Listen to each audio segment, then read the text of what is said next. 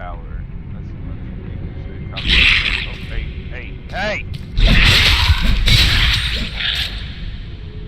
I'm gonna strike, they strike too.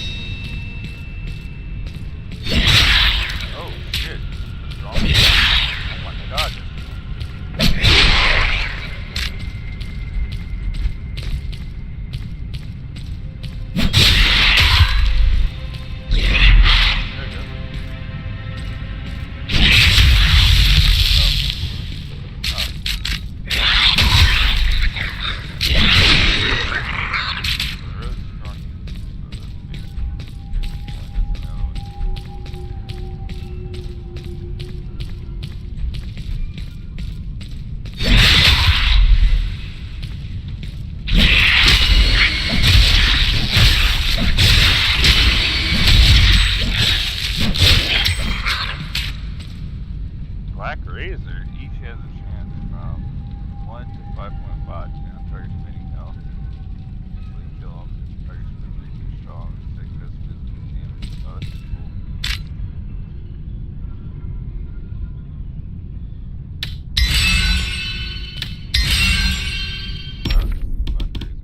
I like the rose.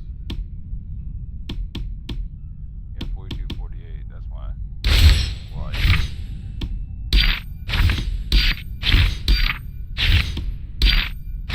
Mouse, but I don't know where it even is.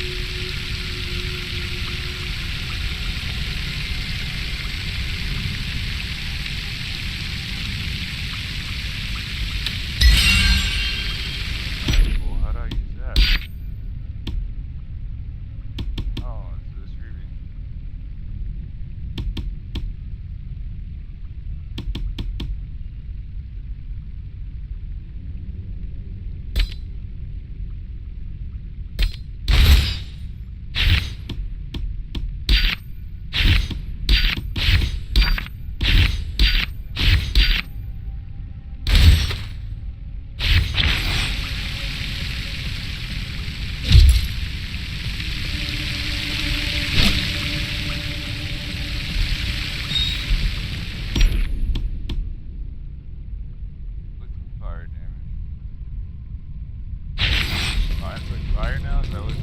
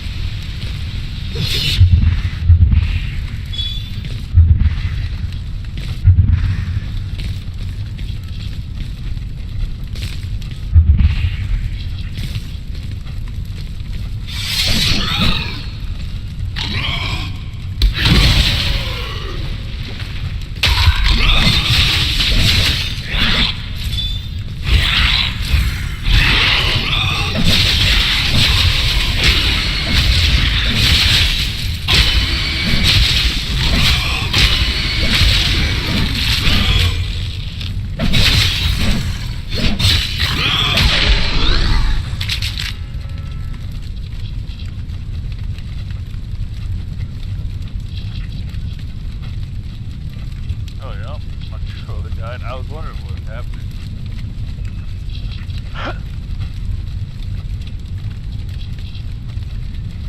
Yeah, they're good. I like these. Light, doing light, and fire.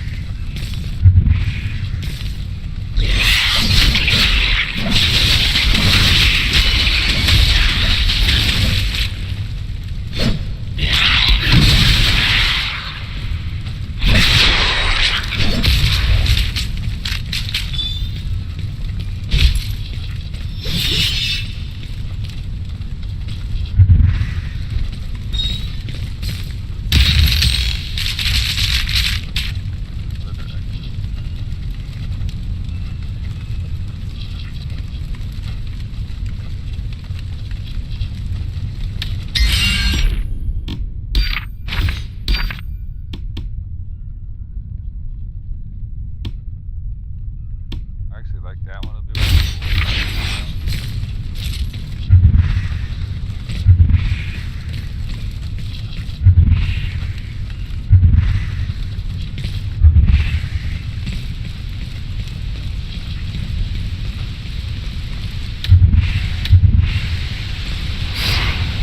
Oh, boss? Oh, shit, a boss.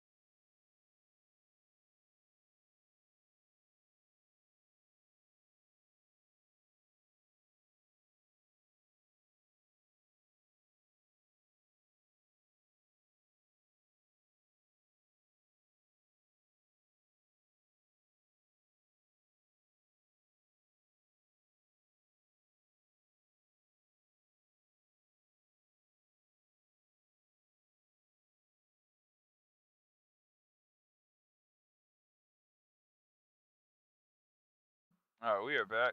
Almost had a fire inside the car, so that was fun.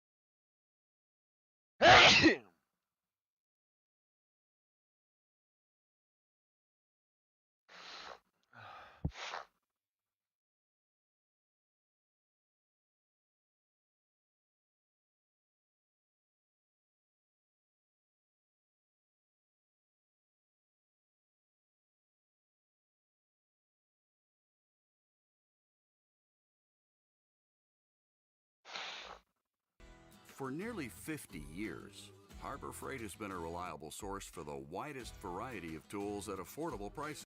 Roughly last week, I got about 5 messages from friends, all within a couple hours, asking, Kian, have you seen the Wizards finale? And at a certain point, I started thinking like, oh my god, what on earth happened to this finale? I know for a fact none of these people are watching it. So I headed to Twitter and I typed Wizards, because I knew there had to be some sort of viral tweet they were all seeing. And that's when I was faced with a breaking news report from Discussing Film that Alex Russo is now dead in the Wizards of Waverly Place universe. And if I had to have that spoiled, then so do all of you. But what Discussing Film didn't report on is that this finale shatters the Wizards of Waverly Place lore and mythology past a point of no return.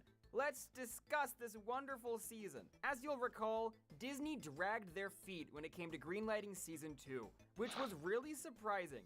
The actors were basically begging on Instagram, please, pretty please, Disney, give us more episodes. That greenlight finally came. When season 2 was on the eve of coming out, I checked the Wikia page and noticed that episodes 9 and 10 were called The Wizard at the End of the World, parts 1 and 2. And I thought, those are very season finale looking titles. That's when I learned that season 2 was only greenlit for 10 episodes, down from 21 of the previous season. And that is not a good sign. Historically, when a season gets a massive cut in the number of episodes, that show is on its last legs. That's the studio not fully giving up on it, but not giving it the same investment and resources they were before. Which may be the final season of this show, filled to the brim with characters from and references to the original series. Last we saw our heroes, Billy learn to be the subject of an ominous prophecy, which says she'll be the one to either save the world or destroy the world. It's just a really flexible prophecy. Roman and Milo randomly had dormant magical powers reawakened, meaning they're wizards now. And Minister McFigglehorn was corrupted by some strange, mysterious evil force. Season 2 follows up on all of those threads, and it also ups the stock footage of Cloud's budget. The season premiere, Curse Me Baby One More Time, is a very basic table-setting episode I don't have much to say about. McFigglehorn greets this lazy-ass villain who refuses to get up.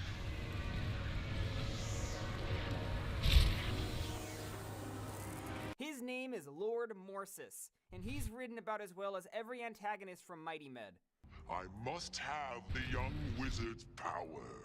Morsis has used magic to put McFigglehorn under his control, and he changes her appearance to be far more evil.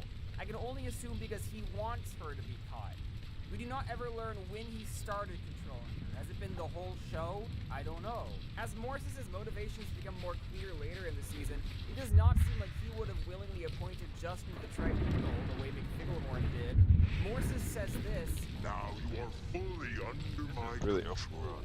So was she not fully under his control before? Was she acting on his behalf willingly? Once again, the show won't elaborate.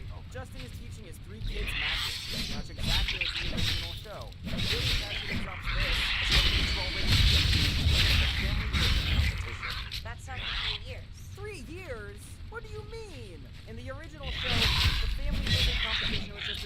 miraculous thing on the eventual horizon that would spring itself on all three kids literally in the day. And it was always comically unfair in nature because these kids were so far apart in age and at different levels of mental development. In the original series finale, everyone's super surprised when the wizard competition suddenly arrives. Alex and Justin have already graduated high school. Max is still a child. Billy and Rowan are going to be 18, while Milo's going to be 14, and he is cooked. All this to say, why did the wizard government randomly decide to assign a hard date? What prompted this change? I also think it's bold of the showrunners to give themselves this timeline, because I fear they do not have 3 more seasons in store. I think if we ever get as far as to see the family wizard competition play out here, they'd have to do what The Flash did, and just randomly move the date up due to some crisis event. The season 2 premiere focuses on all 3 kids practicing magic, using their bibbidi-bobbidi board, which is a recurring feature throughout the season. There's a very stock plot where Billy actually turns Rowan into a baby. I won't bother to explain it, because if you watch your life, you do know what happens in this episode. Although to its credit, somehow, the original Wizards of Waverly Place actually never did this. The premiere ends with Roman turning back to normal. Hooray! Smuggling some sort of ominous, nasty, evil object under Billy's bed. Oh no! Ah!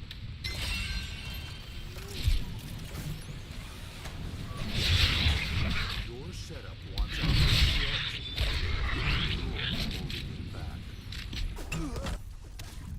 Download Opera GX. For the McLaren Formula One team, a successful car starts with over 14,000 meticulously crafted parts perfectly tracked with Smartsheet. From Whatever. Season 2, Episode 1, Smarty Pants of the original world-famous show clears anyway, more iconic. The overall character dynamics are more of the same, with a couple changes. Season 1 was trying to mix up the formula by not giving Rowan and Milo powers, but it posed a problem. When there's only one active magic user in the house, one subplot was always magical and fantastical, while the other was mundane and suburban. Billy and Roman travel inside Justin's mind to fight a sorcerer, while Giada and Winter bake a cake in the kitchen. By giving Milo and Roman powers, this problem has been solved, but now it's literally just functionally identical to the original series in every way. Every main cast member is a one-to-one equivalent of someone from the original show, as I've said many times. And Roman and Billy now even refer to themselves as brother and sister. You're a sister. So you think of me? Only my annoying brother would use his last breath to correct my grammar. Oh, you called me a brother. Roman proves to be naturally gifted with magic, just like Justin was. And that becomes an interesting character wrinkle, as Justin is inclined to give Roman preferential treatment for reminding him most of himself, but he has to refrain from doing so. This is basically just an internal conflict in Justin's head. It never really affects his relationship to Billy or Milo. They could have done more with this. Find out the last one to say to winter at? Wintering me. What? Grammatically, it should be winter and Grammar, Stanley. Justin continues his role as middle school principal. While he was promoted to the tribunal in the finale of last season, it proves to be largely irrelevant and only comes up in 2 episodes. Milo continues to be silly and quirky, using magic to further assimilate into the Max role. Who put a 3-headed rat in my shower? My defense was meant for Roman. Then why was it in my shower? I wasn't gonna put it in ours. I used that shower too. Both mortal characters, Giada and Winter, really fall by the wayside this season, as the kids leading magical storylines in both A-plot and B-plot means that they're constantly in supporting roles now. They literally have to ask for permission to enter the main storyline. As mentioned before, Giada's career as an investigative reporter is almost impossible to incorporate into this show, and indeed, it's completely irrelevant in Season 2 and only referenced one singular time. I'm sorry. Are you an investigative reporter nominated for 3 regional Emmys? A really big part of Giada's character this season is just commenting on how hot and attractive David Henry is. I am the handsome X-Men. Yes, you are. I love it when you call yourself your boy. Have you ever thought about growing a mustache? Or a beard? I don't think I can pull it off. Oh, you can pull it off. Winter is seen a lot less often, although notably one episode acknowledges that she started the series as Roman's friend, a trait which hadn't really been seen since she immediately settled into the Harper role as Billy's best friend. Let's kick it like we used to. All right, yeah, let's do it. Take it at the Definitely not. Right out of the gate, Season 2 feels vastly more reference-heavy to the original show than Season 1 was. 50% of the episodes in Season 2 have a walk-on returning guest star, but literally every episode makes some obscure allusion to characters or plot points from the original series. You get more and more like that every day. When my parents see learned so much from. Jerry's enchanted boogie shoes. Wait, Max got stuck making sandwiches because he lost the competition? It's like Alex always says. Alex must have written that. Is that how your dad motivated Alex? By telling her to be more like you? When my dad did that, Alex conjured a genie and she erased me from existence. Alex is mentioned in almost every single episode of the entire season, to the point that it feels like they're actually required to do so. And in addition to referencing the Genie episode from Season 1, Justin name drops the Moral Compass from Wizards vs. Angels, and Rinaldi's Wand from an incredibly obscure episode called Justin's Back In. Moral compass. Wand. Check. Mini episodes of this season reference monster hunting, Justin's profession from mid-season 3. I've hunted monsters. Bust out my old monster. And there's even an explicit Juliet name drop.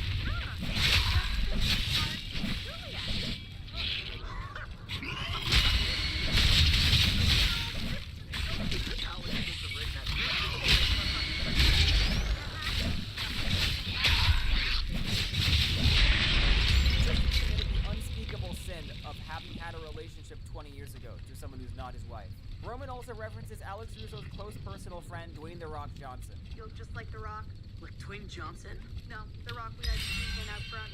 There's also a guy who lists like 900 characters in the season finale, but we'll get to that scene when we get to it because, oh boy, that one's crazy. If I were actually sensible, I would probably go, guys, enough is enough. You can't keep making references.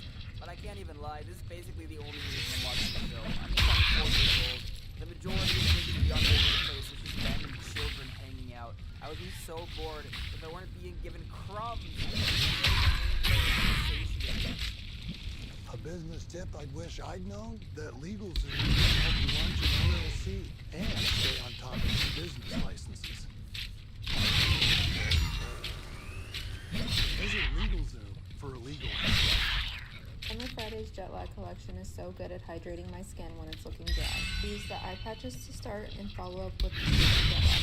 For my under eyes, I'll use the Jet Lag overnight eye serum, and I'll make sure I'm only doing this step at night. I'll end my routine with a hydrating serum and a thin layer of the Jet Lag base. It's the best base for makeup. Shop now at Sephora. I will say the show does fumble the ball at one point when the characters talk about mechanical bull riding with absolutely no acknowledgement that being a mechanical bull rider was once Jerry Russo's life. Most everything that gets mentioned in the show is something that just becomes interactive with but a lot of this stuff is just not iconic or memorable to the average fan at all.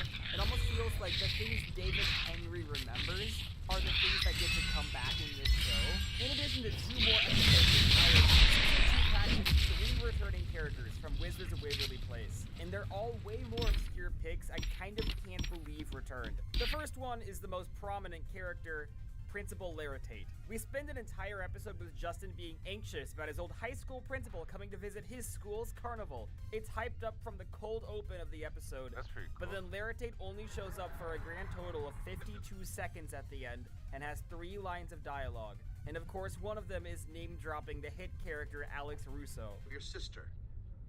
Alex.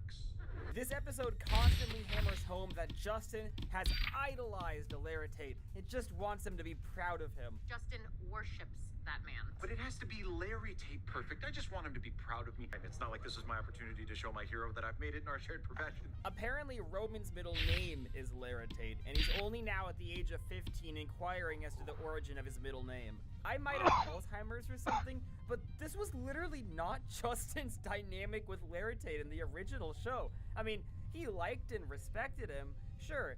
In Laritate's introductory episode, Justin was trying really hard to impress him, but it's because he wanted to be chosen for the World School Summit at the UN.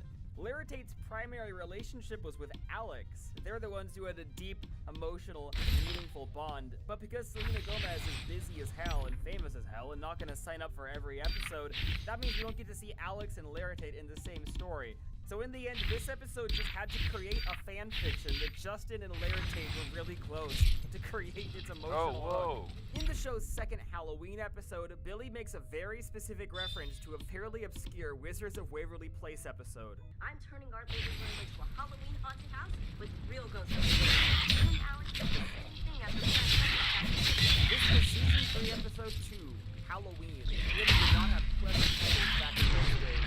The episode was about Halloween, and it was called Halloween. I remember this mainly as the episode with this ghost who kept scaring the crap out of Justin. Well, as this episode goes on, Billy and Justin end up time traveling back to the events of this episode. It's never really explained how they can do this, but they can. So add that to the lore. And to my shock, they rebuilt the set of the Wizard substation for this, which is the strangest reason I think to rebuild it. And then the most insane plot twist of all time happens. Was that Justin Russo?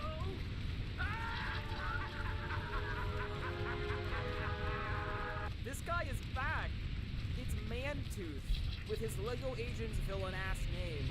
You know who the fans have been clamoring to see return? Not Mason, not Harper, not Max, Mantooth, who was in one singular episode from 2009. Imagine being this actor and getting this phone call. Now, Mantooth travels into the future somehow, and this doesn't even make sense. Mantooth from 20 years in the past says, "Ahaha, Russo!" And then Billy and Justin travel back to the present, and Mantooth is just there. So either ghosts can time travel, or he waited 20 years and somehow knew the exact moment that they time traveled from, so he could show up right after they got back. Justin ultimately has to be strong and brave, so heroic, determined to protect Billy, that his childhood days means nothing to him. Then Mantooth himself gets scared when he sees bald people, and he says this. I hate Ghoul Boys. One used to live under my bed when I was a kid. That's what being scared feels like. It's awful. He simultaneously says he used to be scared and says, "Gasp! It feels like to be scared," in the same line of dialogue. Crazy. Thank you, Mantooth, for gracing our screens once again. What on earth prompted these people to bring back Mantooth of all characters? Was it David Henry, who was like, "Oh God, I remember this episode he did, and there was a ghost in the episode, and I could see it." He said no more plans. Didn't say anything about find everything season break at the Home Depot.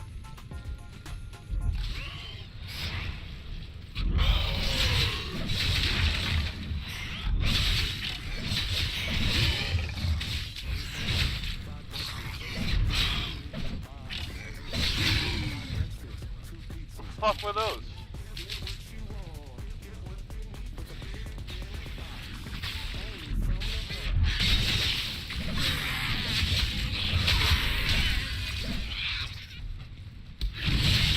Billy, and the writers are like, "Yeah, okay."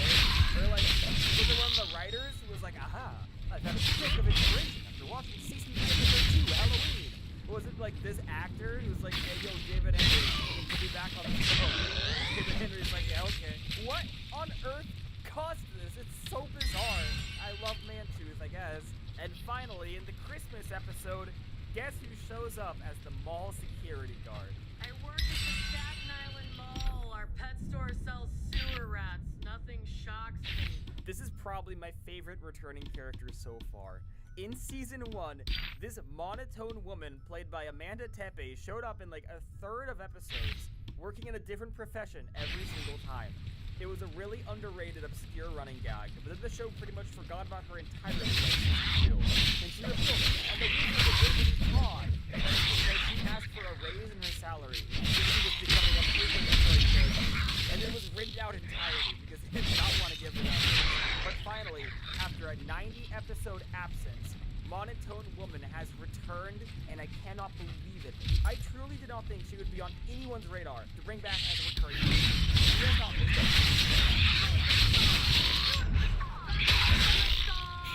I've watched enough of this to realize that David Henry's POV. And I was like, just gonna have to say something to acknowledge it. I just knew it was coming. Fair enough. It was really familiar.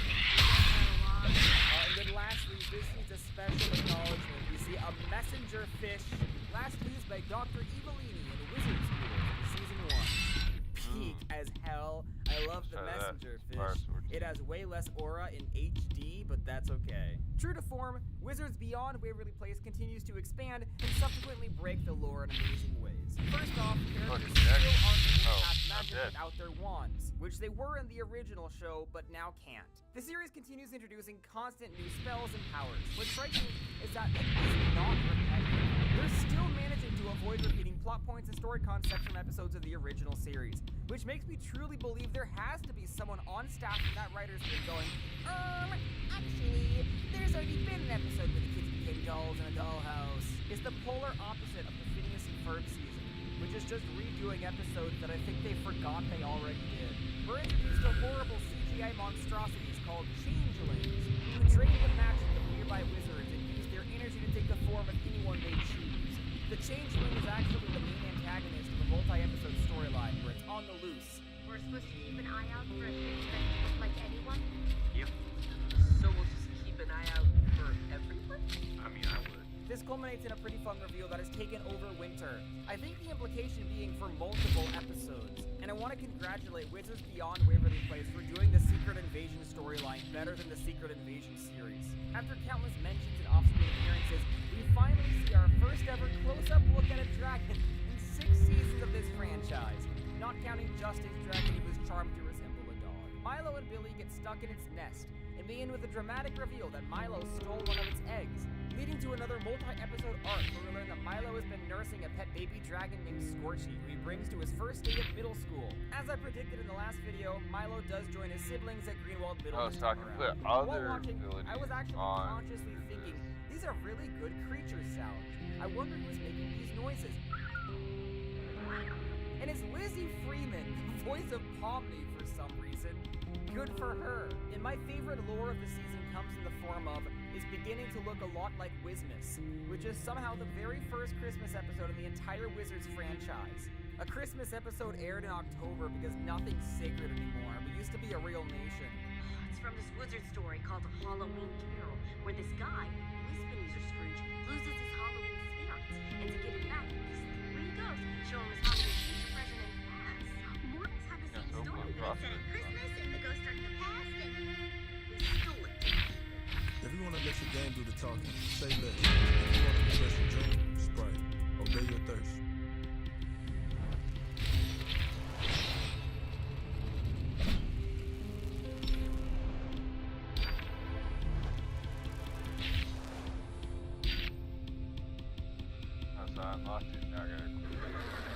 For some reason, they refer to this as Billy's first ever mortal Christmas. Billy, I know this is your first mortal Christmas. Despite the fact that she celebrated 2 Halloweens with them, Christmas is historically after Halloween. We learned that Santa Claus is a wizard, and on Christmas Eve, it is illegal for any wizards to use magic at all, because Santa needs every ounce of magic to complete his journey around the globe. Has that ever happened? Not one time. When Justin never tells Roman and Milo about this rule, they use magic, and this one singular spell causes Santa's sleigh to crash in New Zealand. So Santa Claus angrily calls Justin Russo, the tribunal member on duty that night, and it's up to Justin's family to pick up the slack and deliver all the presents. Justin casts a spell on the family's sedan to make it fly, which makes me realize that if this is a possibility, there is absolutely no reason why any wizard would ever choose to operate a flying carpet. These are the exact kind of absolutely absurd revelations that the original show was so good at making. I'm a huge fan of this. The show keeps using modern slang and lingo, which always throws me off. And your flashlight's on, Boomer. Scroll through WizTalk till you fall asleep.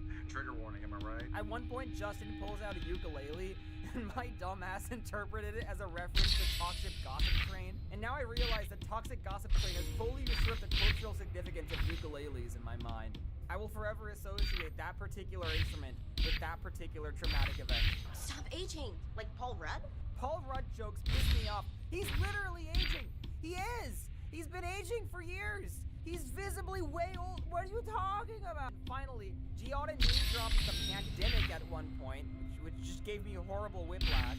I'll go get the mason jars I used to make jelly in the pandemic. That means that COVID-19 occurred in the Disney Channel universe. It's canonically possible that Hannah Montana got COVID. I need to know what wizards had to do with the pandemic, because I know they have to be responsible somehow in-universe. Season 3 has to present us with this information. It'd be insensitive as hell, and it'd be awesome. This season continues to be filled with countless beautiful hallmarks of Disney Channel productions. Characters saying, "I can't believe blank," to recap what just happened before the commercial break. I can't believe we're literally joined at the hip. We're destroying the school carnival. I can't believe you didn't mail our letters to Santa. I can't believe you brought a dragon to school on your first day of sixth grade. Really? Can't believe it. Fake profanity. We got the fun scared out of us. Spell yeah. The worst exposition ever. Souls will fall, and with his power will be mine. That's right. Turn you against each other to bring people down. That's what I want. The village will fall. Silent exposition. Budget $0.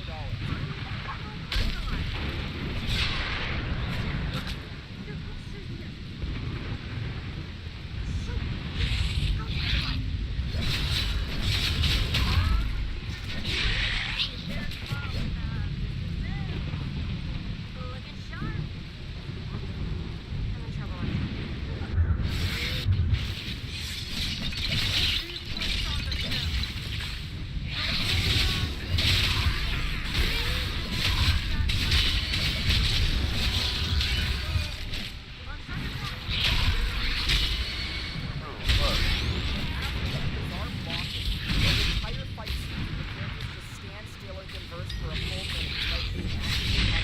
I like this scene, where Roman and Winter decide the fastest way to beat the chain Yeah, to the that's right, I front can door switch is to swords do the though. tango they practiced in their 4th grade talent show instead of just like walking. My personal favorite instance is when the characters are fearing for their lives at the sight of a growing marshmallow. There's a door! Open the damn door! You're not in danger! Leave! Wizards Beyond Waverly Place will commonly have the most predictable jokes of all time with no trace of irony. There are no phones allowed in detention. I find it you are going to be so You get the most obvious stock plots imaginable, like Roman turning into a baby, or a classic, justification of two faces at once, running back and forth. Love that one. But here's the thing about all of this. It's a Disney Channel sitcom. It needs to have all of this. That's part of the charm, that's part of the appeal. If Wizards Beyond Waverly Place were actually good, high art, what would even be the point in watching it? It's dumb in all of the exact same ways as the original show. So absent-minded and quirky, and I really genuinely appreciate it. And even greater than season 1, episodes in season 2 have a lot of continuity between them. I ruined your date with Karina, turned her into a baby, gave you dusty. 2 episodes after Billy turns Roman into a baby, Roman refers to that as 2 weeks ago. In addition, the first 4 episodes of the season all have cliffhanger endings directly leading into each other, despite the fact that they're completely standalone episodes. In episode 1, the bigger one is that ominous hidden under Billy's bed. In episode 2, there was the baby. The narrative is the exact same as the Anthony from season 1. A mini-villain dispatched by the bad guy in an early episode of the music. Then episode 2 ends with some random girl painting. This turns out to be an oracle named Piper, who painted the ominous prophecy image. Her paintings always come true. She will never be the lady of the cave. Your home sweet home just got even sweeter because Hobby Lobby has hundreds of exclusive decor items for every room in your house. Ready to refresh or even redecorate? Shop in store or online. HobbyLobby.com.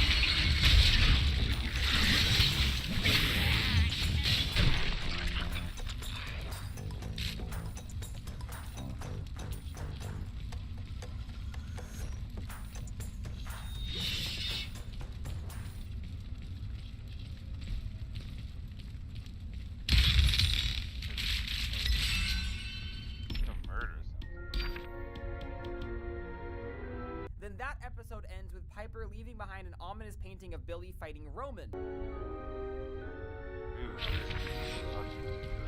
attack Roman. Which ends up coming true in episode 4. It's just a really interesting direct link between stories. I mean, even the concept of an overarching season villain is something the original series never did. Season 2 puts more of a focus on the kids' love lives than season 1 did, with all 3 kids sporting a shiny new love interest. Last season, Lois fell head over heels for a pixie named Iggy, and then she just didn't appear in the second half of the season, and I've seen enough of these Disney sitcoms to know she was probably cooked. I said in the last video, there's a 50-50 chance that the weather simply doesn't ever appear again, and sure enough, she was gone, atomized. So is Justin's assistant Marcus, who everyone in the comment section recognized from Dropout. He's not exposed. Now, Roman has a new love interest named Irina Kowalski, and there's absolutely no acknowledgement in any capacity that Iggy ever existed. I get it. You're in love with it. What?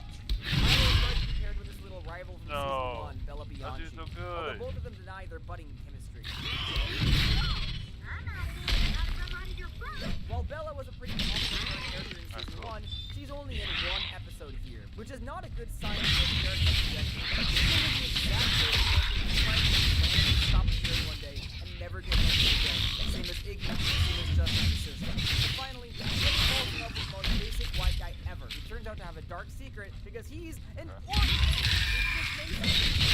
Billy first with Mason. All Russo's children are contractually obligated to have a problematic age gap relationship. It's actually genetic. It is about Merlin's new wife. She's 150 years younger than him. This guy's name is Quentin. It turns out he was hired by Lord Morsis through the evil McFiddlehorn to gain Billy's trust and then bring her to him. Instead of like an evil lair or something, they just have this conversation in the hallway of a public school. But Quentin genuinely falls in love with Billy over the course of like 3 interactions in 2 episodes. And he betrays Lord Morsis. He doesn't even know him. I think they spoke to as a collective for 15 minutes. Like, did they see this arc? It was not believable at all. They went through the motions and taken way more time than this. You would just give you a chance to see that you're more than that. You don't know that. Yes, I do. This is like the opposite.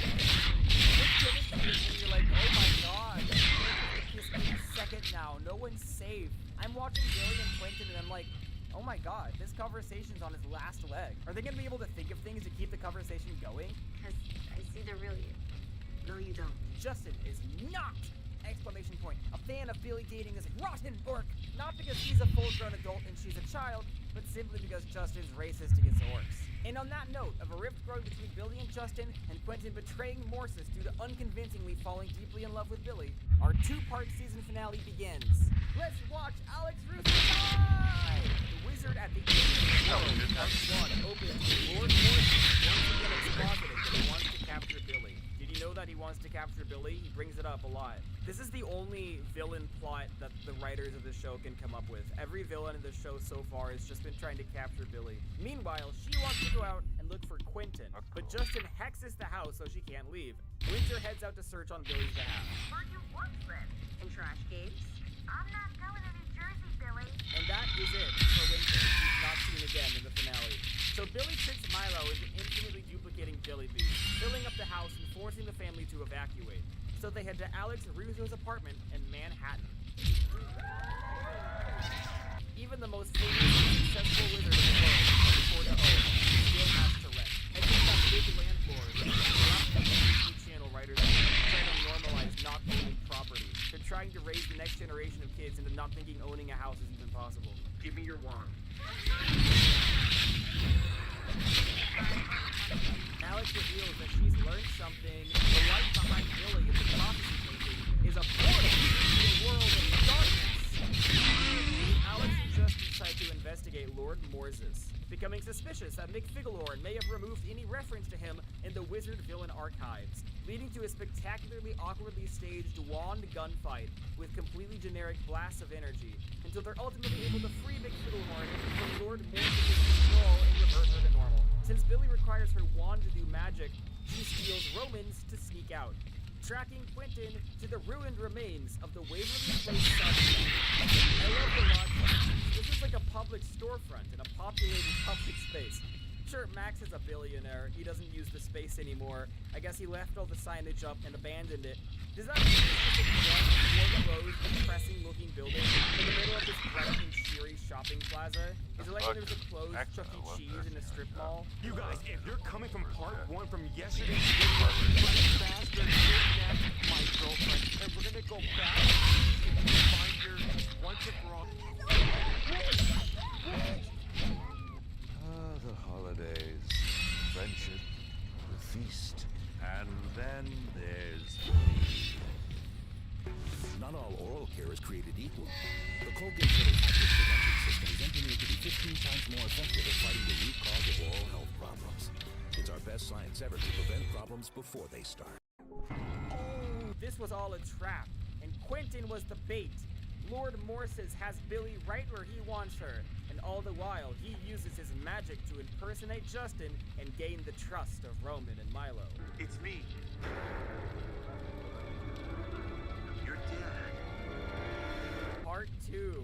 Justin, in quotation marks, leads Roman and Milo to his evil lair, the Waverly substation, and convinces Roman to vanish Quentin to the nowhere realm so he can make a 9-hour analysis of iCarly. You never told me he was an orc. You never asked.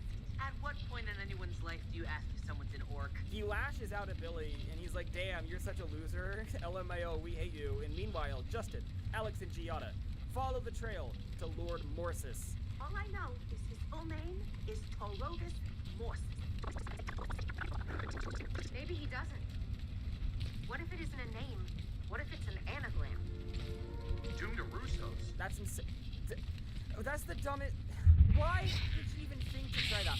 She heard his name and within 15 seconds descrambled an anagram. Investigative reporters don't have the ability to unscramble anagrams in 15 seconds. They all head to a gossip stone to figure out who's responsible. Imagine getting to act with Selena Gomez, but you're just sticking out of a box and you look like this. They have to climb like 65 flights of stairs because this show forgot that you teleport, I think. The gossip stone rattles off a long list of books you could potentially be mad about. Trickle Venus, Gora, Quagmire, Ronald, Landscape, Junior, Giselle, TJ Taylor, Nigel, Dragon Bear, Xander, Dragon Bear, Morphina, Meg, Shadow, and the entire Bellini family. Let's go through them all. There's no fear. Justin's 12-ball rival, the wizard school two-parter. I like the idea that he would still be mad at someone who beat him at a sports match once 20 years ago as a high school student. Gorog, the Lord of the Dark Angels, who is the main villain of an unforgettable storyline I barely remember. Cragmont is some random one-off villain from the same obscure-ass episode as Rinaldi's Wand. It's crazy that this one has been referenced twice, but not like My Brother Maxi-Man or Alex in the Middle. Ronald Longcave Jr. is the guy who trapped Dean and Gelatin in the Saving WizTech two-parter and caused the international Dateline time loop in the Sweet Life on Deck. His father, Ronald Longcape Sr., is conspicuously not mentioned by the Gossip Stone, so I think he likely died of kidney failure off-screen. Giselle, I had to look this one up. This is the evil lady from Wizards of Waverly Place the movie, who's technically the main antagonist but only has 3 minutes of screen time because she spends the whole movie as a parrot and only shows up as a person in one singular scene at the very end. This actually marks the first time the events of that movie have been acknowledged outside of the movie, as the show never addressed that. Except Giselle only showed up as a human in this dark, evil alternate timeline, which got completely erased by the end of the movie. So Giselle, in theory, has no reason to have beef with the Russos, and also,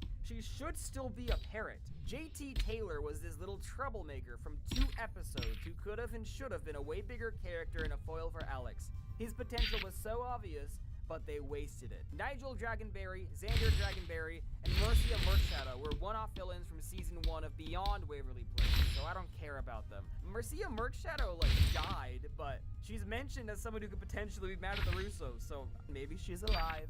And then there's the entire Evilini family, the very clumsy antagonists of Beyond Season 1, necessitated by not being able to get Octavia Spencer back. The end. When I watched the Phineas and Ferb season, I'm so critical thinking filled.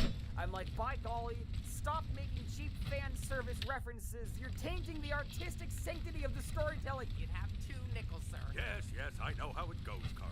But with Beyond Waverly Place, I'm just watching slop. These references are stimulating my dormant mind, and I greatly appreciate them, and I would be getting Okay, so anyway, the Gossip Stone says that someone named Penwolf is responsible for all of this. The name seems very familiar to Alex, but she can't put her finger on it. Back in her apartment, she finds a locket in a box with a pen and a wolf on it, but she cannot unlock it. Then they find this incredibly convenient teleport Alex and Justin to the rest of the main characters button, which Morsis had accidentally left behind. After a bit of, which one's the real Justin? Who's your favorite sister? No. Sorry, too easy. I'm very likable. Morsis reveals himself. After listing 100 really compelling characters that Morsis could have potentially been, it turns out he is just some random fuck-ass guy who we've never seen before. Morsis wants to use the dark portal to destroy the world! Wahaha! He reveals his lore. Long, long ago, his son, Damian Penwolf, was powerful enough to open the portal, but then he fell in love with Alex Russo, and she swayed him to the good side. Alex has no memory of this. Strange. Last we saw of Alex's love life, she was dating this charming Brit named Mason, who used double-decker bus as an expletive, and was also incredibly abusive, although the show itself did not seem aware of this, as they played a studio applause sound effect every time Alex and Mason got back together. Hundreds of thousands of young, impressionable children were taught that this was a healthy and normal template for a relationship, doing unspeakable damage to my generation. Needless to say, Mason must have fallen out of the picture at some point, which is wonderful news. Alex went from wolf to Penwolf. Morsis tells Billy to start opening a portal, or he'll destroy her entire family. She proceeds to do so with very little hesitation, for the destruction of the entire world is worth it to save her family, who, might I add, do exist in the world. So she's kind of letting them die either way. I don't think she thought this one through. Here, in the Waverly Place sub-shop, the prophecy begins. Look at this. Billy's wearing the very outfit from the prophecy. Why would you ever wear this if you're Billy? Piper the Oracle from earlier in the season explains that all of her paintings come true no matter what. There's an absolutely incredible revelation here that free will is not real in the Wizards of Waverly Place universe, and therefore the broader Disney Channel universe as well. The events of the Sweet Life on Deck were all predetermined by God. In the Oracle episode, Billy was trying to avoid Justin's carnival out of fear of destroying it. 6 different buses. We tried to take 6 different buses to the mall, and every single one broke down here at the carnival. Okay, but that doesn't explain why you walked into the gym to the carnival. Why do you do that? Like, buses break down outside the school. That doesn't mean you have to go in. The 7th bus would have worked. Knowing this. So slow. I told you I was done with basic browsers. If I were Billy, why would I ever wear the exact outfit depicted in this ominous prophecy? I would throw that outfit away. Every day I wear this is a day the prophecy could happen. No one made her put this outfit on. She just got dressed in the morning and was like, you know what fit would be cute? The one that's gonna deeply traumatize me. With Billy opening a portal to destroy the world, Alex Russo suddenly whips out a level of acting not seen since Wizards of Waverly Place the movie. A tear falls from Alex's eyelash right onto the locket, like when SpongeBob and Patrick get resurrected. And this conveniently unlocks it and triggers her memories.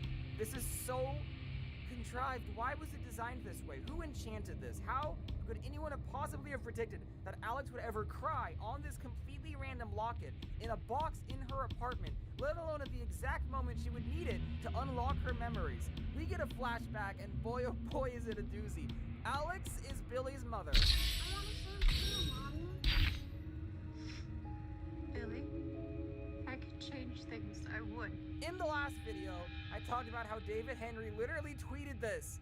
Like, it turns out there's no twist, there's no subversion. David Henry just spoiled the central upcoming plot twist of his own show for clout on Twitter. This is funny as hell because this isn't even a plot twist. When the show was first advertising itself, literally everyone assumed by default that Billy would be Alex's daughter. People who have not seen a single episode of this series have just been fully under the impression that she is. This is like an anti-plot twist. This is the most obvious, intuitive course of events imaginable. Then, the lore breaks probably the most it's ever broken. Cerebellum erasus. What are we doing at WizTech? I don't know, I guess dropping off this little girl. Alex and Justin erased their memories of Billy and dropped her off at WizTech.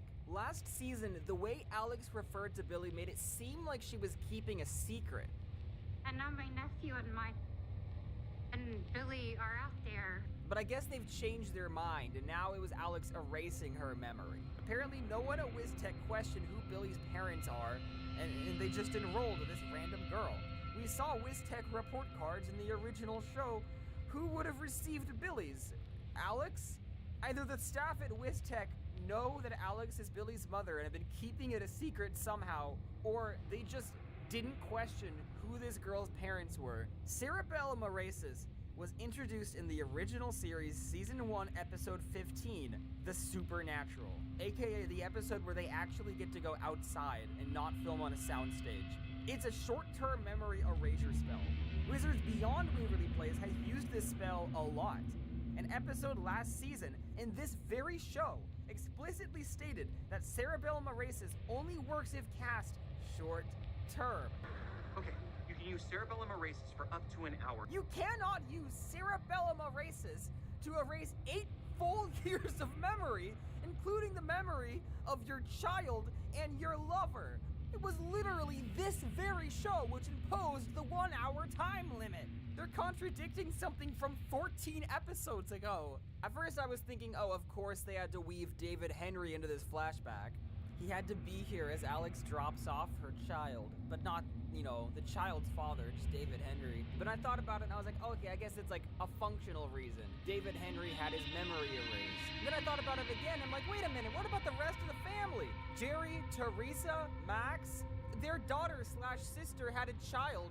Max had a niece, Jerry and Teresa had a granddaughter. For 8 years, did they all consent to having their memory erased? I cannot imagine Jerry and Teresa would be on board with that. The more I think about it, the more this breaks down on every logical level. So this dumbass Lord Morsis tied up the Russos with their wands, of course, because he's an idiot, and so they escaped. It took them until after this horrible rift opened for them to grab their wands and free themselves, even though they had the option to do so that whole time. And then this guy just stands yelling at a portal for about 2 minutes of screen time, and is not clear what he's doing. He's just saying, "Come to me, my armies!" And they're taking a long time to come to him. And no one tries to stop him at all. Alex is just talking to Billy now, and she says, "Billy, oh, you're my daughter. Oh, I love you." And then with that, she charges at her daughter's grandfather, Lord Morsis, and tackles him through this portal, and then for some reason that closes it. I'm also confused by this because Billy neither saved nor destroyed the world. She almost destroyed the world by opening this portal, but then Alex saved the world by jumping through it. I don't even understand how the prophecy was fulfilled here. In the original series, there was no prophecy or mystical elements at all. It was just some random family we happened to follow. But now this entire mythical prophecy seems to revolve around the Russo family, elevating into like religious importance. It's like how the Skywalker and Palpatine families single-handedly determined the fate of the entire galaxy across like 60 years in Star Wars. The Russos single-handedly determined the course of wizard and human society, but still can't afford to be homeowners. All the characters sadly go home and they're like, damn, we've gotta find Alex. Discussing film live. Alex isn't even dead. Neither the show nor the show itself are treating this as if she's dead. They just tackled the old guy to a magic portal to a land of darkness, as one does. It was clickbait. I got spoiled for nothing. Anyone who claims that Alex died, the title of the video, "The Wizard Revival just killed Alex Russo," is the Jordan cheap flying tactics to get easy kills in this single attendant economy in this film itself. Oh wow, The that's... difference between panic and power is preparation. At Anchor Solix, we're working with first responders.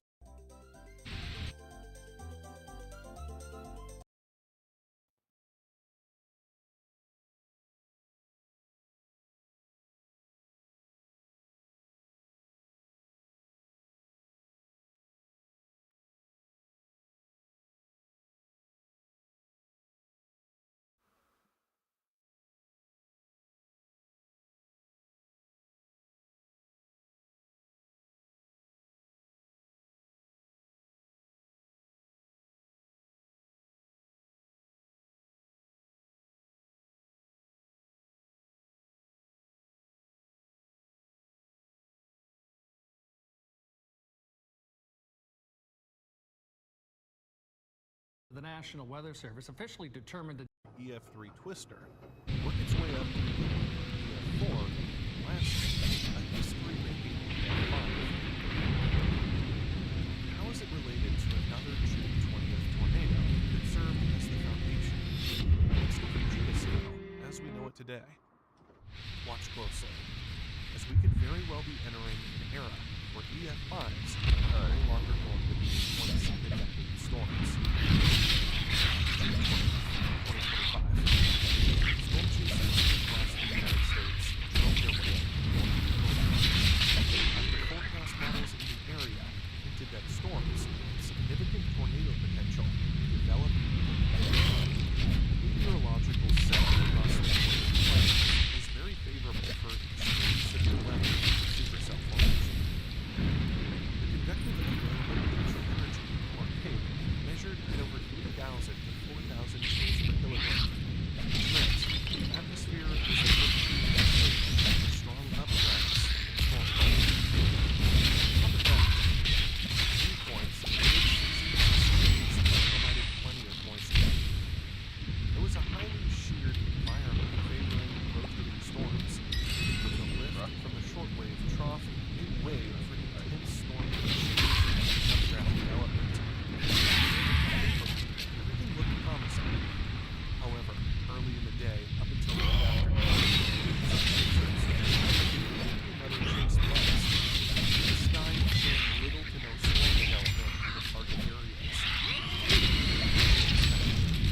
But as nighttime crawled in, the atmosphere turned volatile.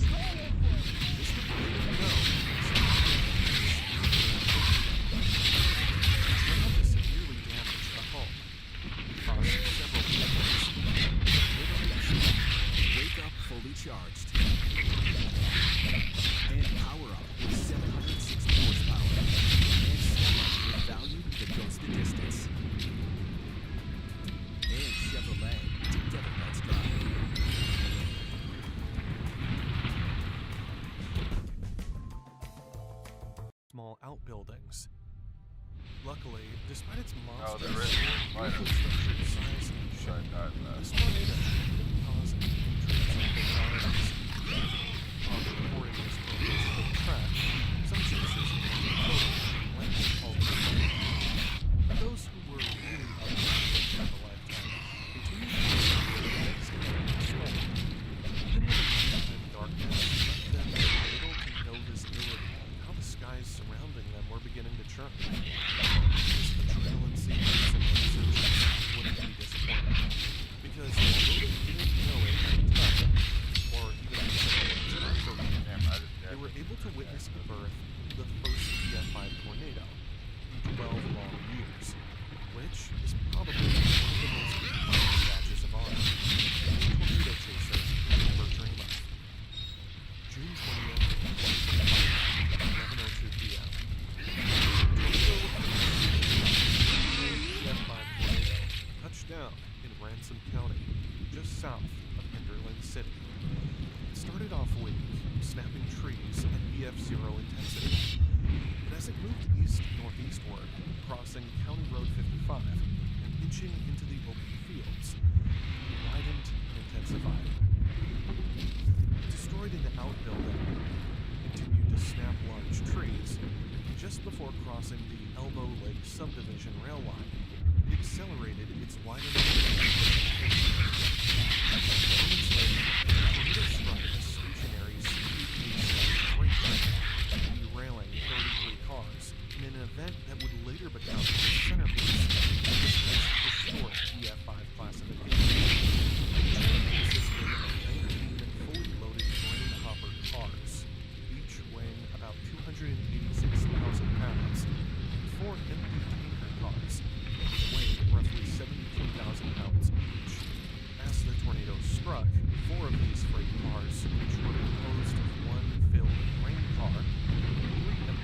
completely derailed and pulled into the rails inches and feet. Another empty tanker car was tossed 600 to 1,000 feet away from the track. The sheer weight of these rail cars alone was enough to convince any meteorologist this was an exceptionally violent tornado. However, due to a common complication of the Judas scale, which will be explained later, these rail cars, despite being the most striking evidence of the tornado's power, were not initially taken into account during the rating process. More focus was given to the damage that the tornado caused during the remainder of its life as it turned northeast. Here, evidence of the EF3 strength became most prominent, with the tornado blowing over the cell tower, snapping and debarking large trees, leveling an unoccupied farmhouse. Minutes after impacting the train, the tornado narrowed but maintained a violent EF4 intensity as it approached ND46. The white tree was thrown nearly a quarter of a mile from where it stood, with its root ball still attached. Then, an entire forest along the Maple River was leveled, with only stubs remaining. Many of the trees in the area showed signs of a phenomenon known as sandpapering, where once the bark was stripped away, the wood's surface was left naturally smooth, as though it had been polished by hand. This rare phenomenon only occurs when a tornado is strong enough to hurl dirt, debris, and gravel so forcefully against the trunks that they almost act as natural sandpaper. Don't just take classes. Take some. Otherwise you'll come back again after you're broken. Please download the Hardy app and join my rewards right now. Buy 3 unlimited chicken tenders. Get 3 free. Every Tuesday now for free. Get Boston sauce. Brought up in the crunch. Free tenders. Only at Hardy. As the tornado crossed the North Dakota highway, it obliterated 2 homes, killing 2 people. Then, it proceeded to level a second house and a wide swath of trees as it crossed the Maple River. This is all that's left. Nothing left of 2 homes in this area. The tornado went through just before midnight. We got a report of a residence just to the east of us that had lost its roof. But eventually we responded to that area to go check on those individuals. When they got to that, those individuals were shaken up from the roof being blown off. The residence just to the east of them, that house was gone, and that they believed that the individuals there were deceased. So again, these down that one. Are we sightseeing now? Adult individuals. Your destiny awaits elsewhere. The tornado turned north, gradually weakening to EF2 strength, and only inflicted roof damage to a mobile home. However, it didn't take long for it to re-intensify to an EF3, which made it powerful enough to level a farmhouse where the third and final casualty occurred. The tornado began to lose strength as it turned northwestward, but still managed to topple several steel transmission towers. And in its final stretch of fury, it looped back south near the Eastern Waterfowl Production Area, which dissipated 5 miles southwest of Dallas at 11:21 p.m. Its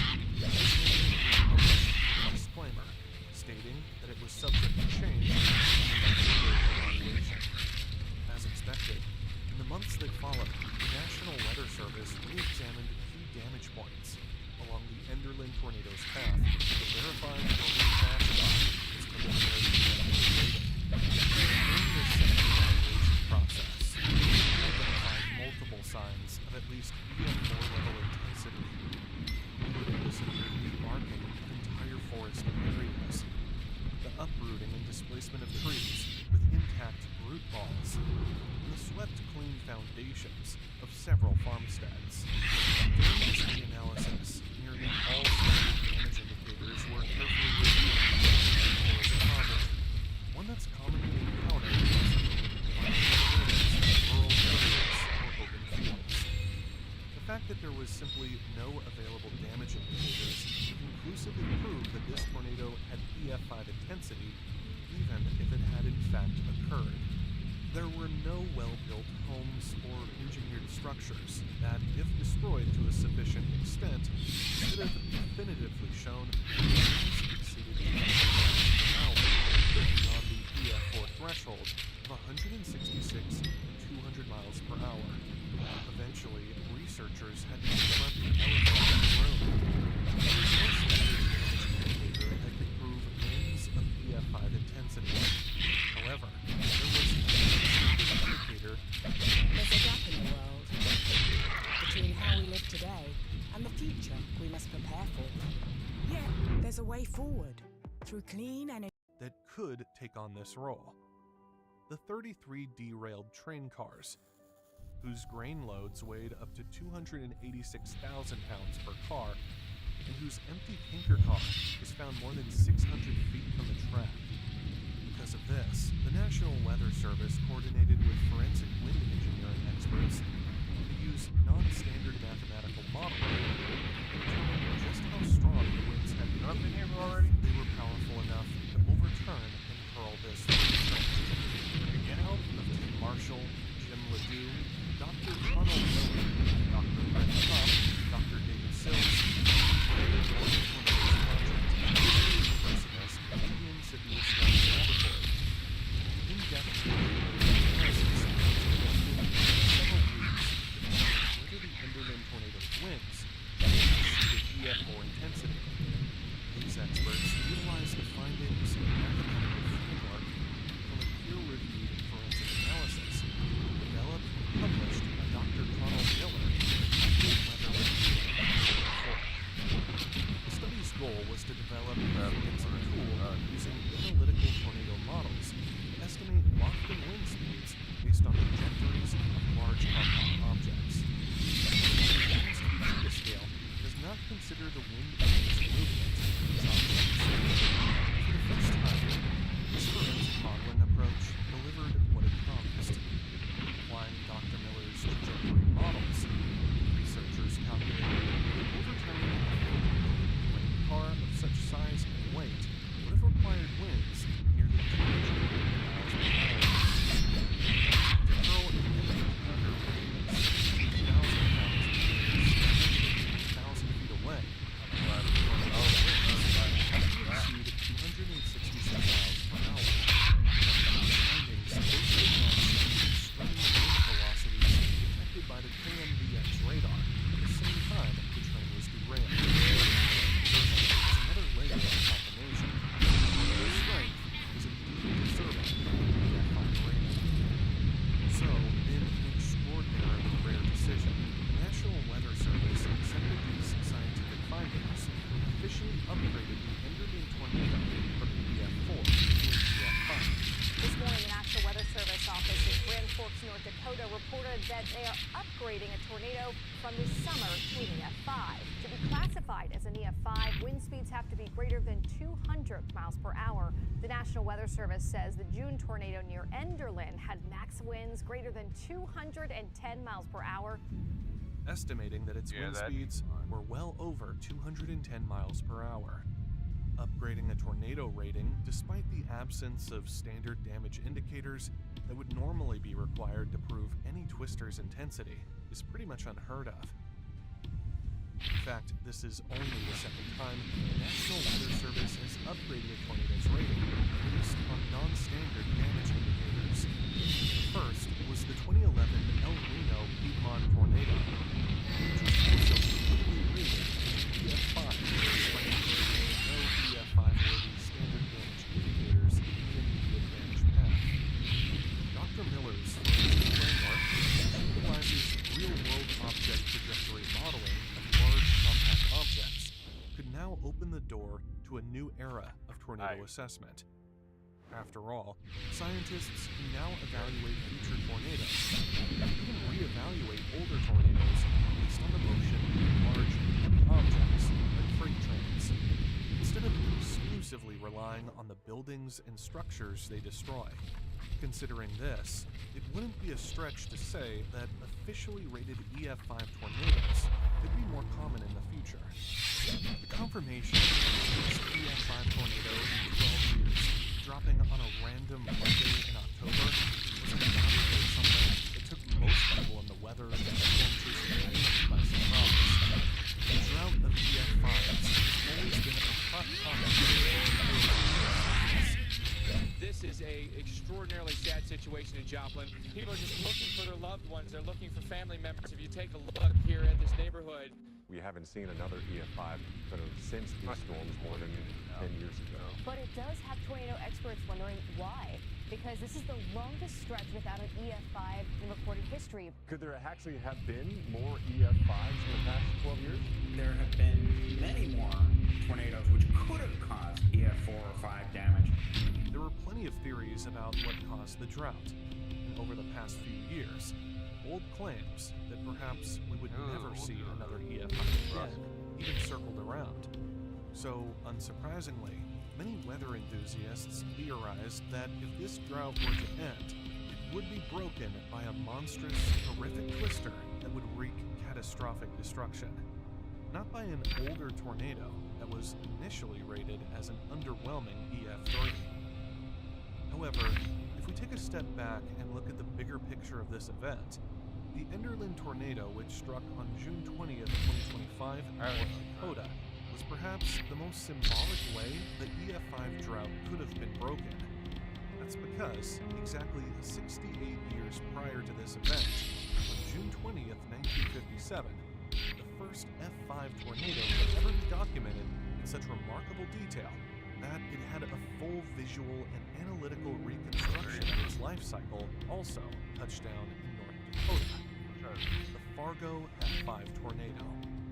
This was the very storm that made Dr. Tetsuya Ted Fujita, the man who would later create the original Fujita scale and lay the foundation for the enhanced Fujita scale, go from an almost unknown researcher from Japan to one of the most influential figures in modern severe weather research in the United States. In case of future tornadoes, what people should do, that's the kind of thing we want to find out. His 67-page research paper, which presented an unprecedentedly detailed analysis of the Fargo tornado, cemented the idea that tornadoes could, in fact, be forecasted and studied with such precision. It contained over 180 photographs of the Fargo tornado, outlined its meteorological setup, included detailed maps of tornado paths, had a complete visual reconstruction of the tornado's life cycle, and even included a cartoon-like animation that depicted how the Fargo tornado evolved through each stage. The Fargo F5 tornado, which ripped through North Dakota on June 20th, 1957, became Dr. Fujita's critical stepping stone to eventually proving that the damage left by a tornado would be the key to revealing its true wind speeds. And exactly 68 years later, on that same date, the Enderlin EF5 tornado pushed the enhanced Fujita scale even further, as it paved the way for a method that can reliably estimate wind speeds despite the absence of the traditional damage indicators. What's your opinion about this coincidence? Let us know in the comments below.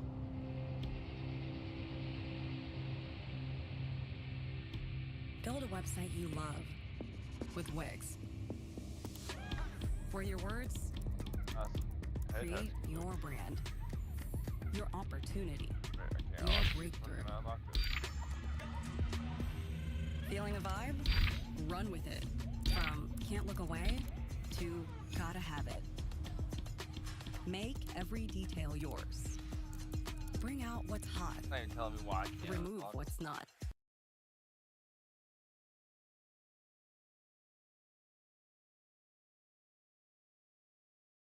Oh my god, it took the tree! If there's one date that's almost synonymous with tornado tragedy, it's none other than April 27th, 2011. The peak. Someone yelling, "Oh my God, Billy! It took something." It's like, what? What the fuck you want Billy to do about it? Go up there and take it back from the tornado?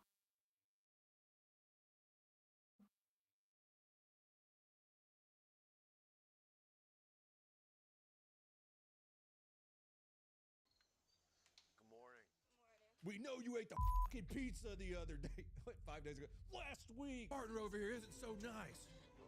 I'm gonna leave the room and you better write down a list of who ate the pizza. You just got finessed by a torta. That's all that happened. God, this is even later in the day or another day because it was just light outside. They are gonna track this pizza down. This single pizza from Domino's. They're gonna need a sniper, a demo guy, Bearcat, 3 tasers. Sort this out. People been dodging us. Isn't talking to us. This just must be so hot and delicious. There's wings involved now. Check the crawl space for the pizza. This video is sponsored by Raycon. It's Raycon's anniversary. And what better way to celebrate than a deal on their everyday earbuds classics? These little guys are 20% off. So it's a perfect time to get your hands on them. Reliable, super comfy, easy to take anywhere. Their classics are loaded with upgrades. Raycon's been a sponsor of mine since the beginning of this channel. And I gotta say, these are some of my favorites with some of my favorite features. Active noise cancellation for the screaming babies. The ones on a plane are in your house. Multi-point connectivity so you can pair with 2 devices at once. And an ergonomic fit that stays in your ears. It's time to ask more of our browser. Hey Copilot, adjust all these recipes for 7 guests and combine them into one cooking schedule. Also, I'm out of milk. Here's a cooking schedule scaled for 7 guests and also milk. My favorite are the blacks, but they also have electric blue, rose gold, cool mint, or blush violet. Their quick charge can give you 90 minutes of playtime and just 10 minutes of charge, up to 32 hours of battery time with the case. You can also switch between noise isolation and awareness mode, which allows you to still listen to your music or favorite podcast while hearing everything around you. Looky here, 3 million customers love Raycon, and they come with a 30-day happiness guarantee. If you don't like them, just return them. So you got nothing to lose. Click the link in the description box or go to buyraycon.com/operator to get 20% off the everyday earbuds classics. That's buyraycon.com/operator. Women shake down Domino's driver for pizza? Oh, this is a new one. Oh my God, a new one. Coffee can patrol. I'm about to reach my patience on that.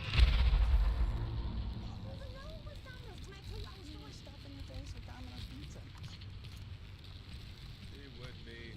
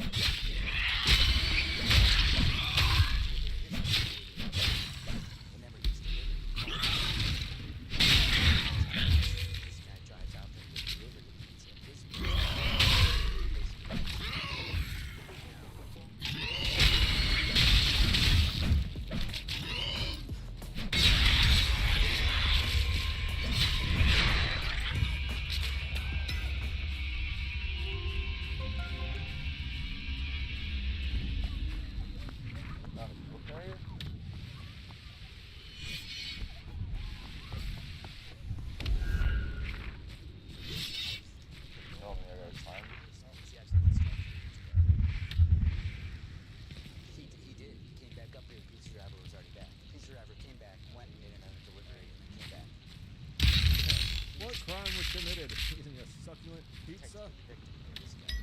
How you doing? Good. What happened? So basically, I get to the place, the 380 South Union, Right. and as I'm sitting there, I hear somebody, because I usually drive around, goes down, and there's two people, not two people, all the people are sitting there yelling, "This is my pizza, get over here, give us our pizza." Okay. And when I pull up a little bit, I'm like, "Do you have a name for it? I need a name for the order." Like, "We don't need to give you the name. We pay with our credit card." I'm like, "What's the name?" "Get over here, we can't hear, we're drunk. Music." They end up sitting there, and I'm like, "Do you have a name for the order?" I asked a couple more times, and they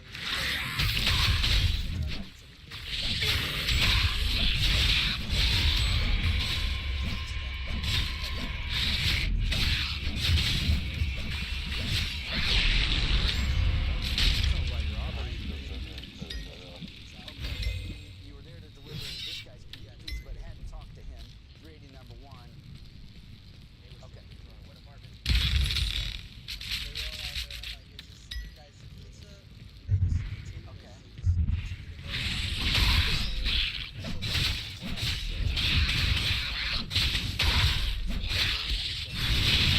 You were intimidated. It's